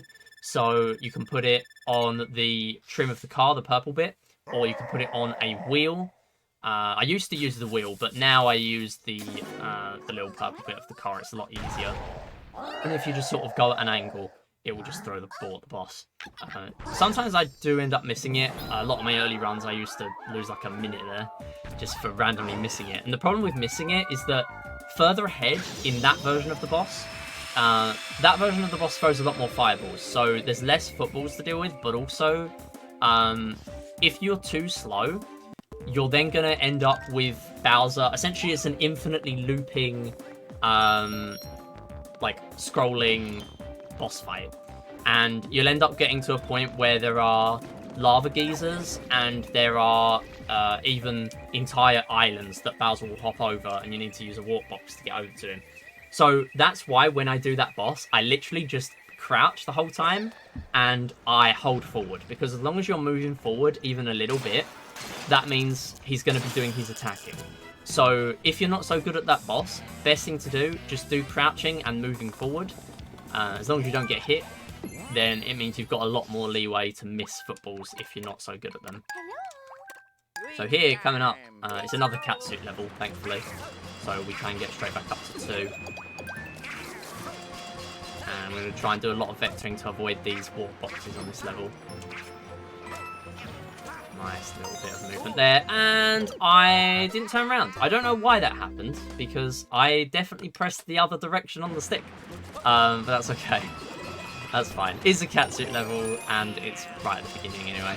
And as I already mentioned, collectibles in the Switch version, we do... Okay, that was scary as well. We do keep, and we don't have to re-grab them. Nice. Yeah, it does make it a lot nicer. I mean, on other levels, like Captain Toad levels, that is not the case. Okay, I'm not grabbing that star. I don't know why I'm doing that. That is a mystery box up there. It's not the slowest, but you have to use like 6 or 7 seconds of the timer at least to actually grab it. Essentially, you have to climb over a wall and then get onto the other wall to grab the star. It's a star we're going to see later on in the incentive anyway. Lots of stars I'm sort of skipping over in mystery boxes because we're going to see the harder version of them later anyway. So, 8-3, this is what I was talking about earlier with the fork in the road with Plessy. We're not going to play Plessy's level, unfortunately. Plessy's level is a very nice 3-star backup, though. Here, I'm going to be playing 8-3, and I'm only going to grab 2 stars. Now, I'm looking at my star count, and I might actually be a star ahead, which is not a bad thing. But obviously not optimal, but it's good for a marathon. It's better to be 1 ahead than 5. So we're going to play Cookie Cogworks. We're going to grab 2 stars here. If I was a star behind, then it would probably be worth playing Plessy's level, because I don't save much time for playing this, and Plessy's level is just pretty consistent. And the star that I used to skip in Plessy's level is essentially hitting a Bowser statue in the sand that you're sloping downwards for. That's bad. I don't actually know why I did that. Yeah, so essentially you hit the Bowser statue. Okay, let's not pause that. Yeah, you hit that and then it spawns a star in and you grab the star. It's very easy to miss it. That's why I kind of didn't have it in my route when I used to do the Plessy level, but yeah, Cookie Cogworks is just easier. and also a bit faster. Now here, I'm doing a little bit of a skip rather than going in the clear pipe. It is a little bit faster to do this, and grab the... Okay, let's not get fireworks. Cool. So essentially on that clear pipe, there are two parts to a clear pipe. There's the launcher at the beginning, the big part, and then there's the base, which is the actual pipe. If you're familiar with Mario Maker, you probably know what I'm talking about, because you have to have two parts with the base and whatever, and then the rest of it you customize as the actual pipe. The issue with that is that the launcher is on a different elevation to the actual pipe. So when I'm trying to charge up my sprint speed there, I'm not getting it as fast as I would expect. And in this version, you charge up sprint speed way faster. So on Wii U, you probably wouldn't even get sprint there, whereas here, you do get it, but then you're instantly going down on that pipe. So yeah, you gotta be careful you don't get launched into the abyss by holding the wrong direction there. No, that wouldn't be beneficial. No, doesn't sound very inviting, to be fair, the abyss. No. So, yeah, it's fun knowing that you can just respawn a couple of seconds after, but yeah. So here, not much going on. It's another auto-scroller with these bullies. We can actually just run around the edge here, and we're allowed this question mark block. Even in itemless runs, fun fact, we're allowed temporary power-ups and mushrooms. And this counts as a temporary power-up, so you're allowed to use this as a little bit of safety to not take damage, which is quite funny. And I think actually my most recent itemless, I took damage. Like my most recent itemless was somehow a PB. But I took damage literally half a second after that question mark block popped, and then died for it. Like, Oof. Yeah, it was, because in a way it kind of killed me because I relied on it too much as an extra hit of HP. But yeah, maybe I shouldn't have done that. Maybe I should have just not grabbed it. Psychology. So here, same as before, I'm getting that early hit, doing that rolling long jump. A bit easier in this version because of the speed boost. But from there on, you're able to look at the smoke trails on the Wii U version for where exactly Pom Pom is going to be, the real Pom Pom. However, that only worked for cycles 2 and 3 for whatever reason. In this version, that is patched. However, for some reason, there's a little tiny different coloured particle that I'm told is the real one. Sometimes I get it, and it ends up meaning I get the early hit. I feel like I spot it sometimes, because looking at that, you know, there's 8 pom-poms there, and then on the last one there's 9. The amount of times I get the early hit, and it's the same on the first pom-pom we saw in World 3 as well, the amount of times I get it is sort of more than the average you'd expect. So I feel like I do sort of subconsciously see it sometimes, but not that often. I'm not really sure. Yeah, it's whatever. I just sort of wing it. You might as well just go for it, and then if you hit the pom-pom, the real pom-pom, then you've saved a bit of time. So here, the general rule of thumb in this game is that the later on you get, the less platforms are visible, or the less platforms are available to you. And this takes it to another level. Of course, we can't see the platforms, but this version's a lot more inviting on Switch. We can use gyro much easier, and that means I can pretty much just mash R wherever I go. And every time you tap R, it will uncover the platforms. So you can see the platforms where you are standing, but that is not very much. So yeah, managing to do that makes it a lot nicer, especially when you're first learning. So managing to clear that. I like using Toad here. Luigi's fast and everything, but Toad means you can just sprint through the level and it's a lot safer. Although you can still die very easily. And the thing with dying there is that you are then losing your catsuits for one of the hardest skips in the game. This is 8-6. This is Candle Strats. Now, I'm going to do a bit of a light version of this. So, essentially, what this is there are 2 ways of doing this. So, or there are 3, I guess. There's the normal way, which is slow and involves slow-moving lifts, very slow-moving lifts. Or we can skip the first lift by just using our movement with Peach and the Peach float. Also, this is the Among Us level. Sorry to point it out, but yeah, it's Among there. Us. It's there. People are going to notice, so I might as well get in early. But yeah, this is the funny. So we are actually going to need the light box later on. I've not just grabbed it because I can. We're going to need it for a green star. So they're managing to skip those lifts. Very nice. You can skip them with someone like Luigi, but it's a bit harder. And also candle strats, or a even harder version of the strat, dry bone strats, is harder with Luigi because you don't have the peach float. So here, if you take damage in this room, you're kind of just chilling, vibing with these boosts, which is cool, but you're not going to get a green star for that. So yeah, we do have to kill those there, get that green star, and yeah, that's pretty much it. So here, now we're going to do candle strats. So I'm going to land on this candle. You can land on the next one. Okay, you know what? I'm going to go back because my jump didn't go through. Yeah, you can land on this one at first, but you have to do a little bit more better movement. And I dropped my jump again. So this is why using Peach is good, because if you drop your jump with Luigi, you can't then use that Peach float to back yourself up. And for some reason, that final pole is bigger than the others. So yeah, managing to skip that entire platform. Now, you might have noticed there were dry bones in that area, and you can probably see where dry bone strats are going. So instead of going on the candles, you jump between the dry bones. And there are literally just like 3 dry bones in that entire section to jump on. It's a ridiculous strat. I don't know. Like, it saves a little bit more time.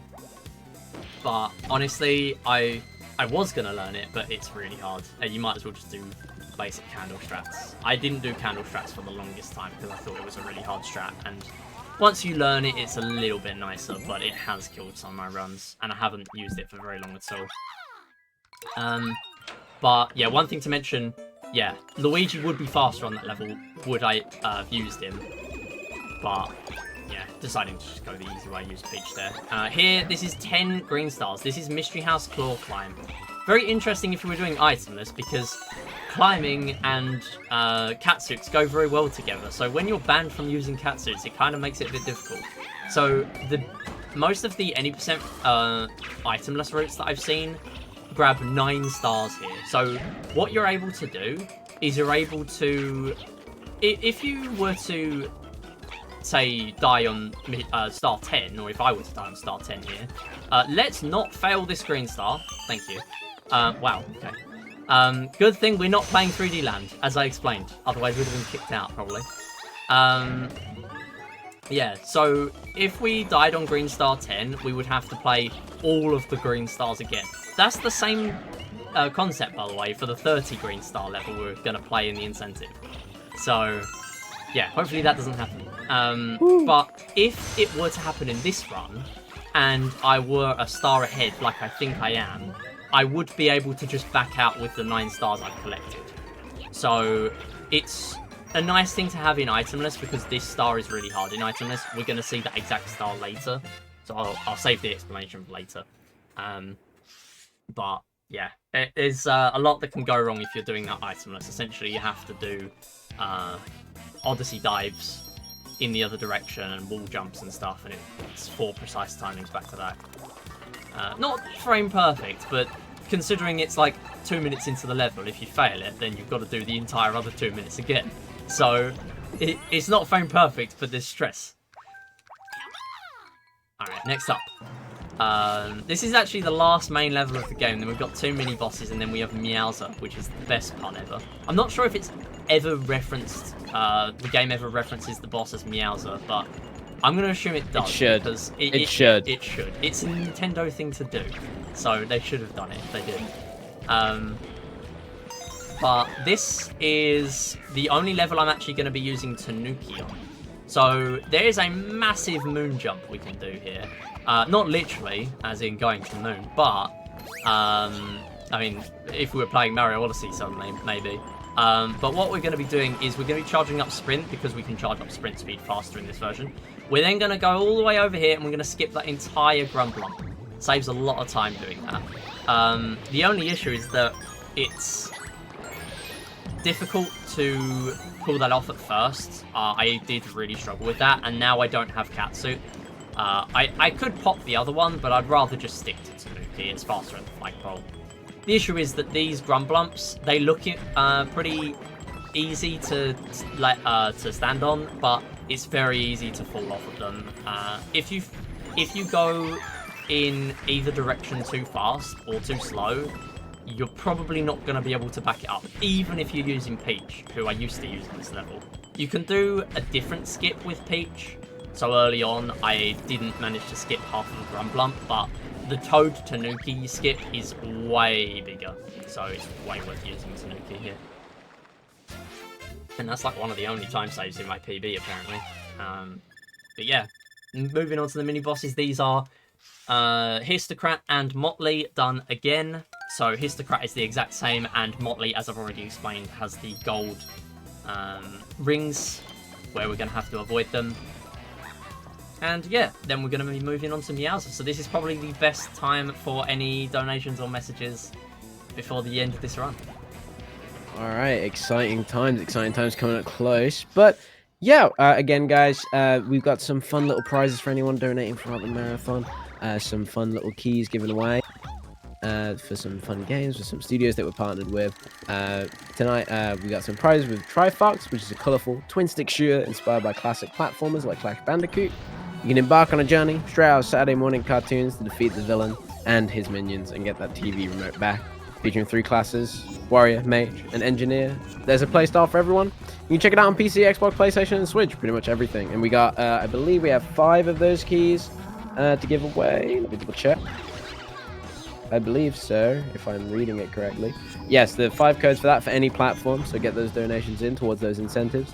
And then also, we're partnering with Daisy Games, which is a solo indie developer specializing in puzzle games with styles ranging from retro to horror to chill and relaxing. Daisy Games has something for everyone. So if you enjoy challenging yet accessible puzzle games, you can check them out on Steam. And there's a few in the horror pack containing Dark Sheep and Dark Crypt. In the challenging pack, there's containing Sokobos and Soko Chess, and the chill pack containing Hack Grid and Soko Chess White. So there's a bit of something for everyone inside of those packs, which is very accessible to everyone around. So definitely get those donations in if you want a chance to get one of those incentives or one of those prizes. If you want to go towards the bid wars for the Hello Kitty rescue rollers, which is coming up soon, guys. So if you want to donate towards that bid war, make sure to do ! Donate. Go towards that bid war so you can make sure which character is used. Currently, Hello Kitty still in the lead, and then we also have Bad Bats, Maru, just in second. So if you want to bid towards that, make sure you get those donos in. All right, so I almost died on Motley. Well, I didn't almost die, but I thought I almost died. That's what counts, I guess. Because essentially, I had clones. I was using clones, but on the second one, I lost both of those clones in one hit, and I didn't realize for a little bit. So that was fine. But I also took damage on the first one. So I was down to normal Toad. I had Katsu, which I could pop, but I don't really like popping it on Motley. Although I can literally grab one on this level. I don't know why I didn't. Guess it saves a few seconds on the flag pop, but still. Then on the third hit, I killed the boss, but you can still die. And essentially, I had iframes, invincibility frames, but I didn't realize that because I lost my other clone, which I literally just grabbed, and no. I didn't realize that I had invincibility frames, because of the way it worked there, the way it worked out. But yeah, thankfully we're fine. I did a really late jump, which I know I was directly inside the wave for, so I know it would have killed me if I didn't have iframes. But either way, we're finishing the run. We're finishing the run on a very unique 171 stars. This is a one-time only thing, I hope. But there you go. I genuinely don't know what the other star was that I grabbed extra. It must have not cost me too much time because I haven't noticed. But yeah, there's 171 green stars. That wasn't intended. There's me saying 170 the whole time. I was lying. Putting in that extra 1%, you know. Yeah, exactly. 101% run, come on. So here, because this is the final level, we don't actually have to grab any of these stars. There is one at the beginning, hidden very sneakily on a platform that you can't actually really see. Very sneaky. Actually, I feel like I would have had to play this level twice casually because that is a very easy star to miss. The second one is for killing all the bullies there on that little theme park ride. I've forgotten the word. Ferris wheel. That's the name. That's the one. Yeah, so also the one thing I should mention, on this level you can do Meowser skip. So Meowser skip refers to the skip I was talking about earlier where you can do crouch boosting to get from the platform Captain Toad was on, which was right next to that little rainbow lift, and you can get straight over to here if you'll then if you've got enough speed built up. The issue is that in this version, it's harder because they tried to patch it. They didn't. They didn't successfully anyway. But essentially what it is if you land halfway through these clouds, actually when you originally do the jump, you can't see the clouds. You can only see the clouds when you get close enough. And that's the same as when you're on the lift. You can't see the clouds when you're on the lift. That was the intention by the devs, and that's the product of it for the skip. But the thing with the skip is that it's harder, and it also saves the entirety of the cutscene on Wii U, where Bowser transforms into Meowser. But here, you can skip it, so you don't save all that time. On Wii U, it saved about 1:40. Here, it saves about a minute less than that, give or take, depending on how well you do the skip. I am going to try to do this one, though, which I'm going to be quiet for.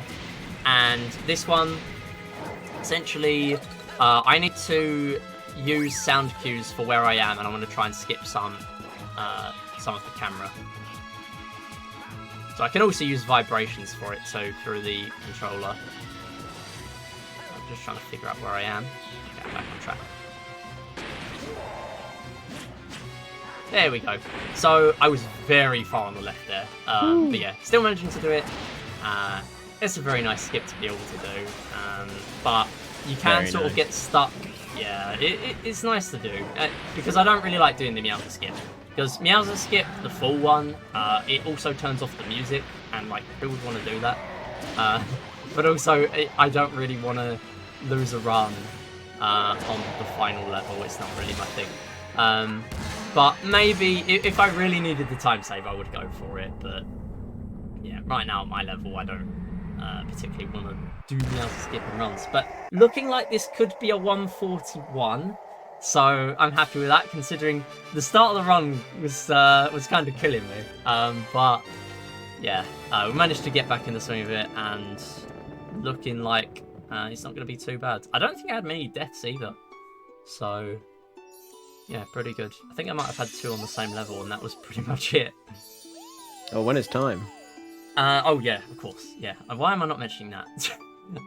Yeah, time is coming up when the points appear on the flagpole. So yeah, I'm going to try and get gold flagpole. So essentially when I get to the top of the flagpole, or when points appear.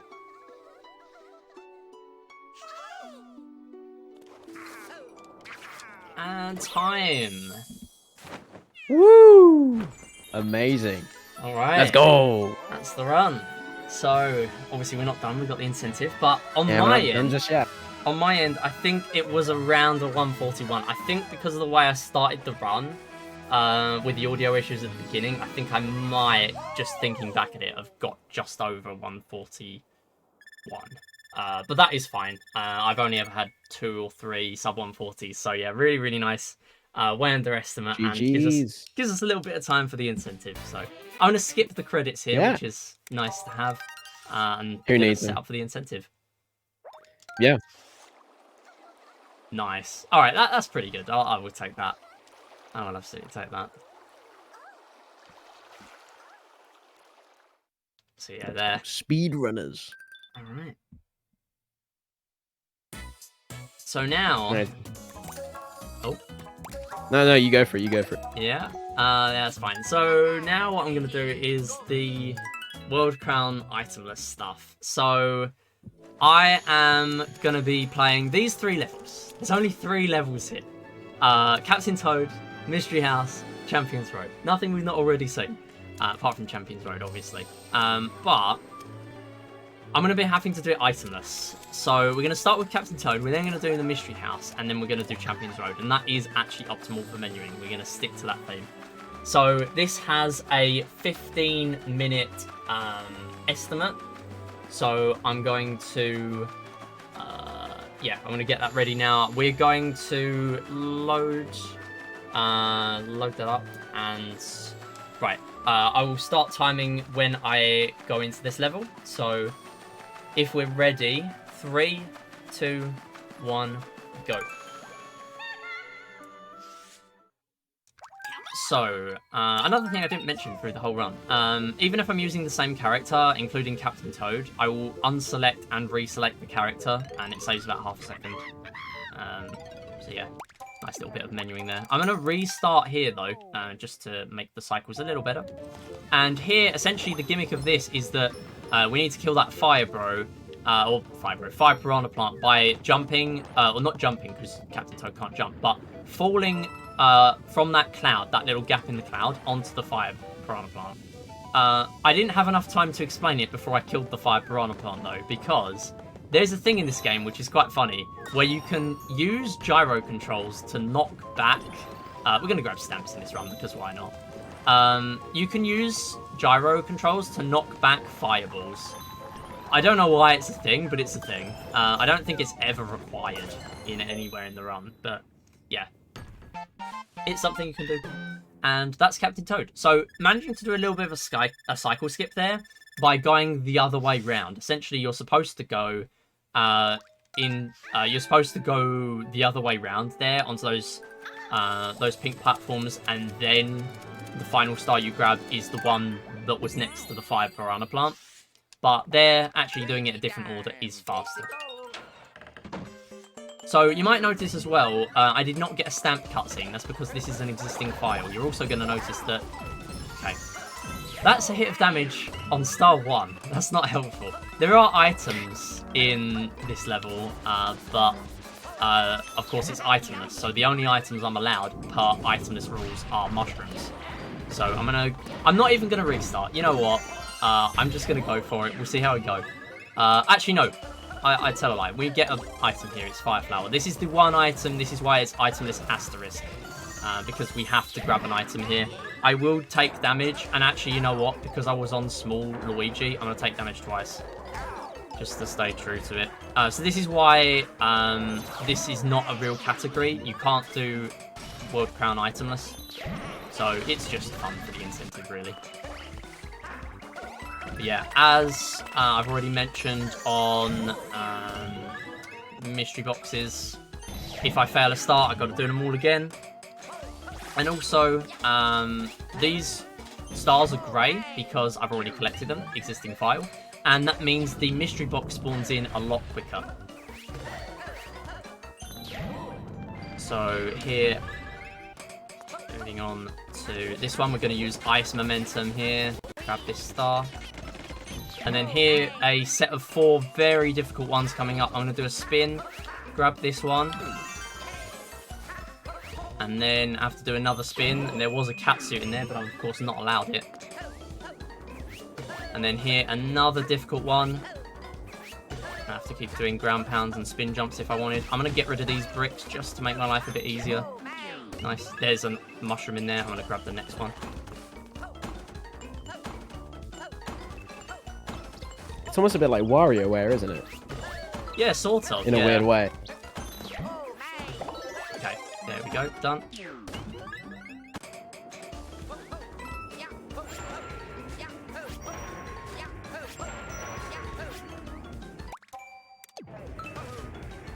Okay, I'm gonna have to restart because I've messed it up. That's fine.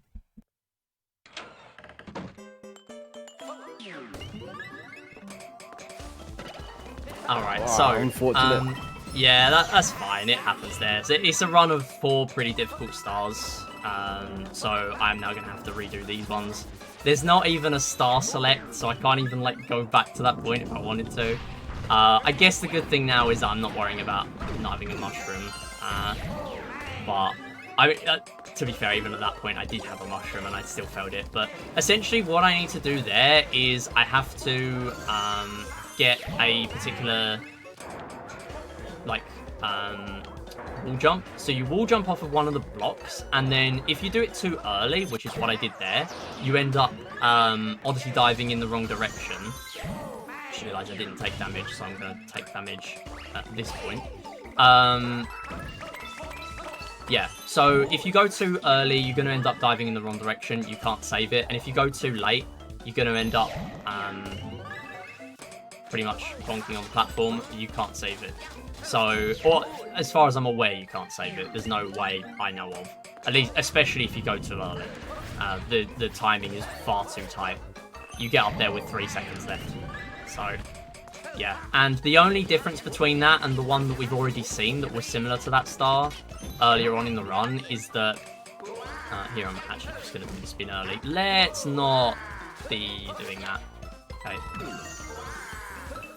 Yeah, the only difference between that one and... Okay, there we go. Don't want to accidentally start wall jumping there. Yeah, the difference between that one and the star we saw earlier is that the blocks actually start falling a little bit quicker. So, a little bit of added difficulty. Let me just focus for these now. Nice.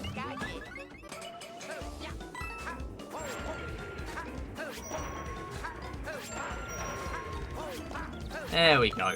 Right, we're not out of the woods because we've got this star to do. We have got Luigi for this one though this time, so that's fine. And of course we got all the rest of the 30. Here I'm actually going to avoid the boost pads because it's just going to make it hard for me to catch the bunny. Using gyro, we just stun the bunny though. Oh, missed the T-switch. That's fine. Do another one. We can't actually use gyro very intuitively there. You can, but it's just a bit difficult really, using gyro there to hit bullies in. And then here, actually a good thing about having super form, or having a mushroom, is that, I'm just going to be careful here now and hit the boost pad, nice. Going to make sure I hit these piranha creepers as well so I don't take damage, cool. Yeah, so having Super Luigi on those question mark platforms, if you are small, you have to activate a higher platform for you to grab that that star in the same way that I did. Here, these piranha plants really don't want to behave sometimes, but that's fine, they did there. And then here, this is the same as earlier on Cookie Cogworks, just the opposite direction. And then here we want to start from the right wall rather than the left. That is very significant. When I was originally learning this incentive run, let's not risk it here. Okay, cool. Forgetting that I know my place. I do not have a cat suit right now.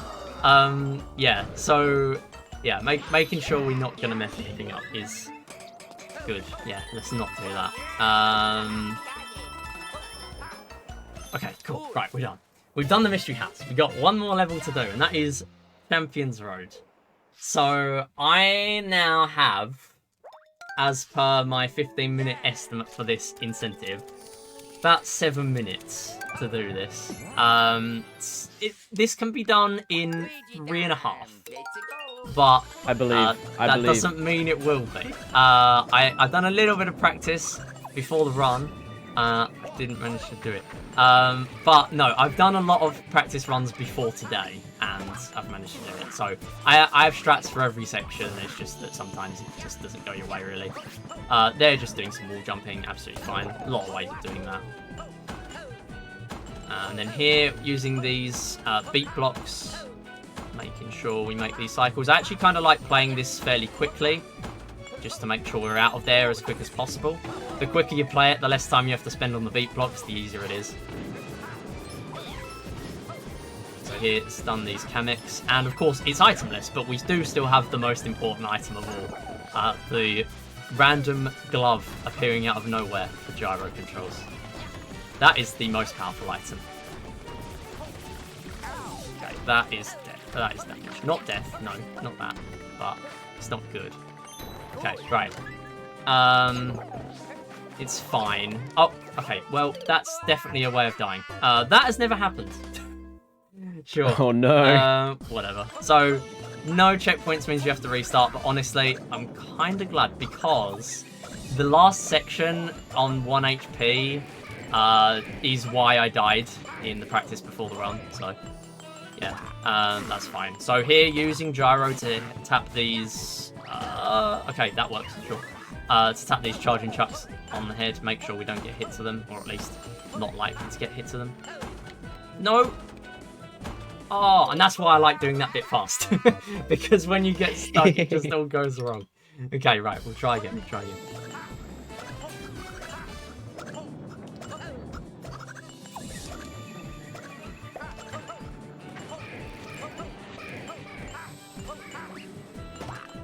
This is the one. I'm feeling it. This is the one.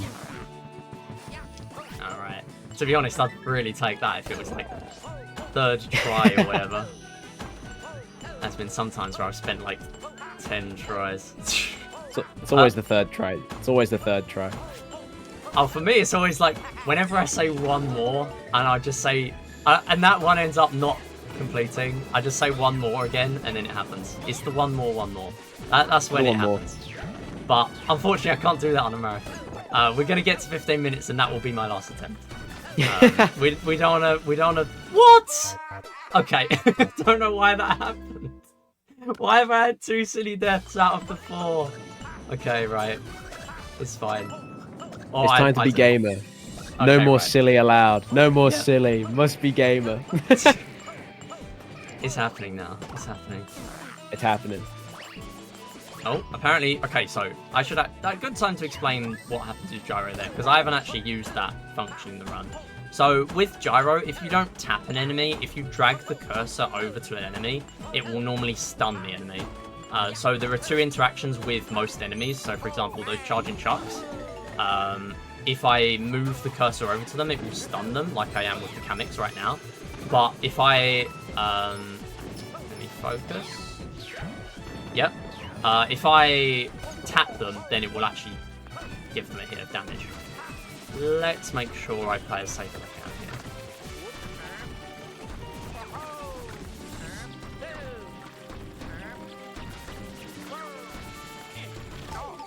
here. Okay, apparently didn't do the movement. Sure.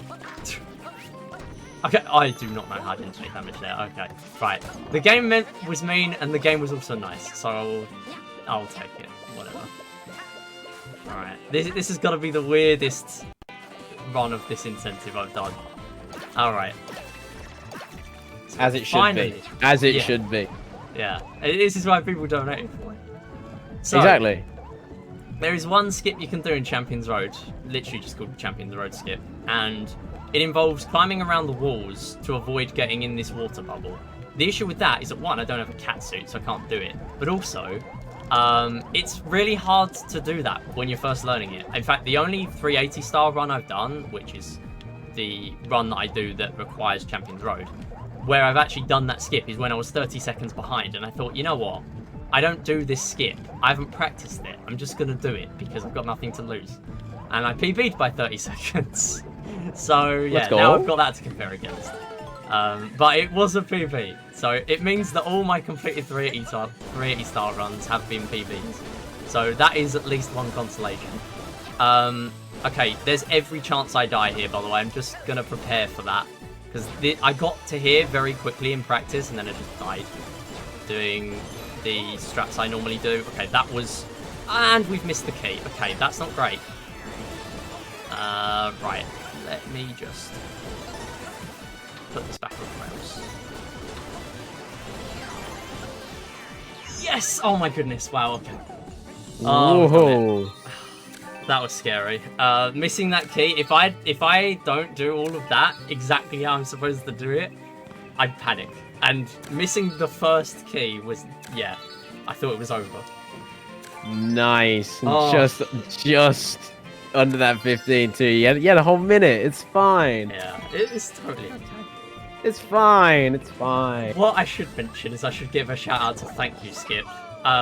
Obligatory, I'm never going to do that in the incentive, but basically, you literally skip the pipes there. That's time, by the way. You literally skip the pipes, preferably with a cat suit, but you can do it itemless as well. It's Yeah. a ridiculous strat, and it saves like whatever 10 seconds or 5 to 10 seconds. It feels like just eyeballing it, but honestly, I don't think I'm ever going to do that in a 380 star run unless I really need that time save. I'm not doing it because it's just too silly. But yeah, that's the run. I mean, just a flex, you know, just a flex. It is, yeah. You Like, didn't yeah, even I'm a want devs to speedrunner. say thanks. Yeah, no, who needs him? This is a speed run. I haven't got time for nice messages. Oh, no way. Amazing. Oh my god. Chat, can we get some pogs? Can we get some hype for Smitty, please? That was an incredible run with some great commentary too. Like, I feel like I've come out of this. I feel like I could run this now. I feel like I've learnt, and my brain is like taken everything in and kind of just, I'm ready to run now. So, you know, look out for some rivals, I guess, in chat. Smitty, who knows? They'll be taking some inspiration from this run. No, I've spawned in more competition now. But yeah, thanks everyone. Thanks everyone for watching, and thanks for hosting. Thanks everyone on tech and everything. Yeah, thanks for sticking by with the marathon. I just quick shout outs as well, obviously. Yeah, go. I want to shout out the Discord if you want to learn about this game. There's guides being worked on and stuff right now. Really, it's just having a route to hand and just practicing movement, honestly, knowing how to do vectoring, and that's the best way of starting out. It's definitely a weird 3D Mario game to learn. It's not like any of the others as a speedrun, really. It's very linear with the levels and the world map and stuff, but yeah, definitely would recommend it. And 380 stars is one of my favourite, if not my favourite category I've ever speedrun in anything. It takes about 4 to 5 hours to do, and yeah, a few runs are less than 4 hours. But yeah, other than that, shout out to my community on Twitch. We do runs like this a lot. And yeah, other than that, we do speed runs and quizzes sometimes if that's your thing. Ooh. But that's about it for me. So stick around.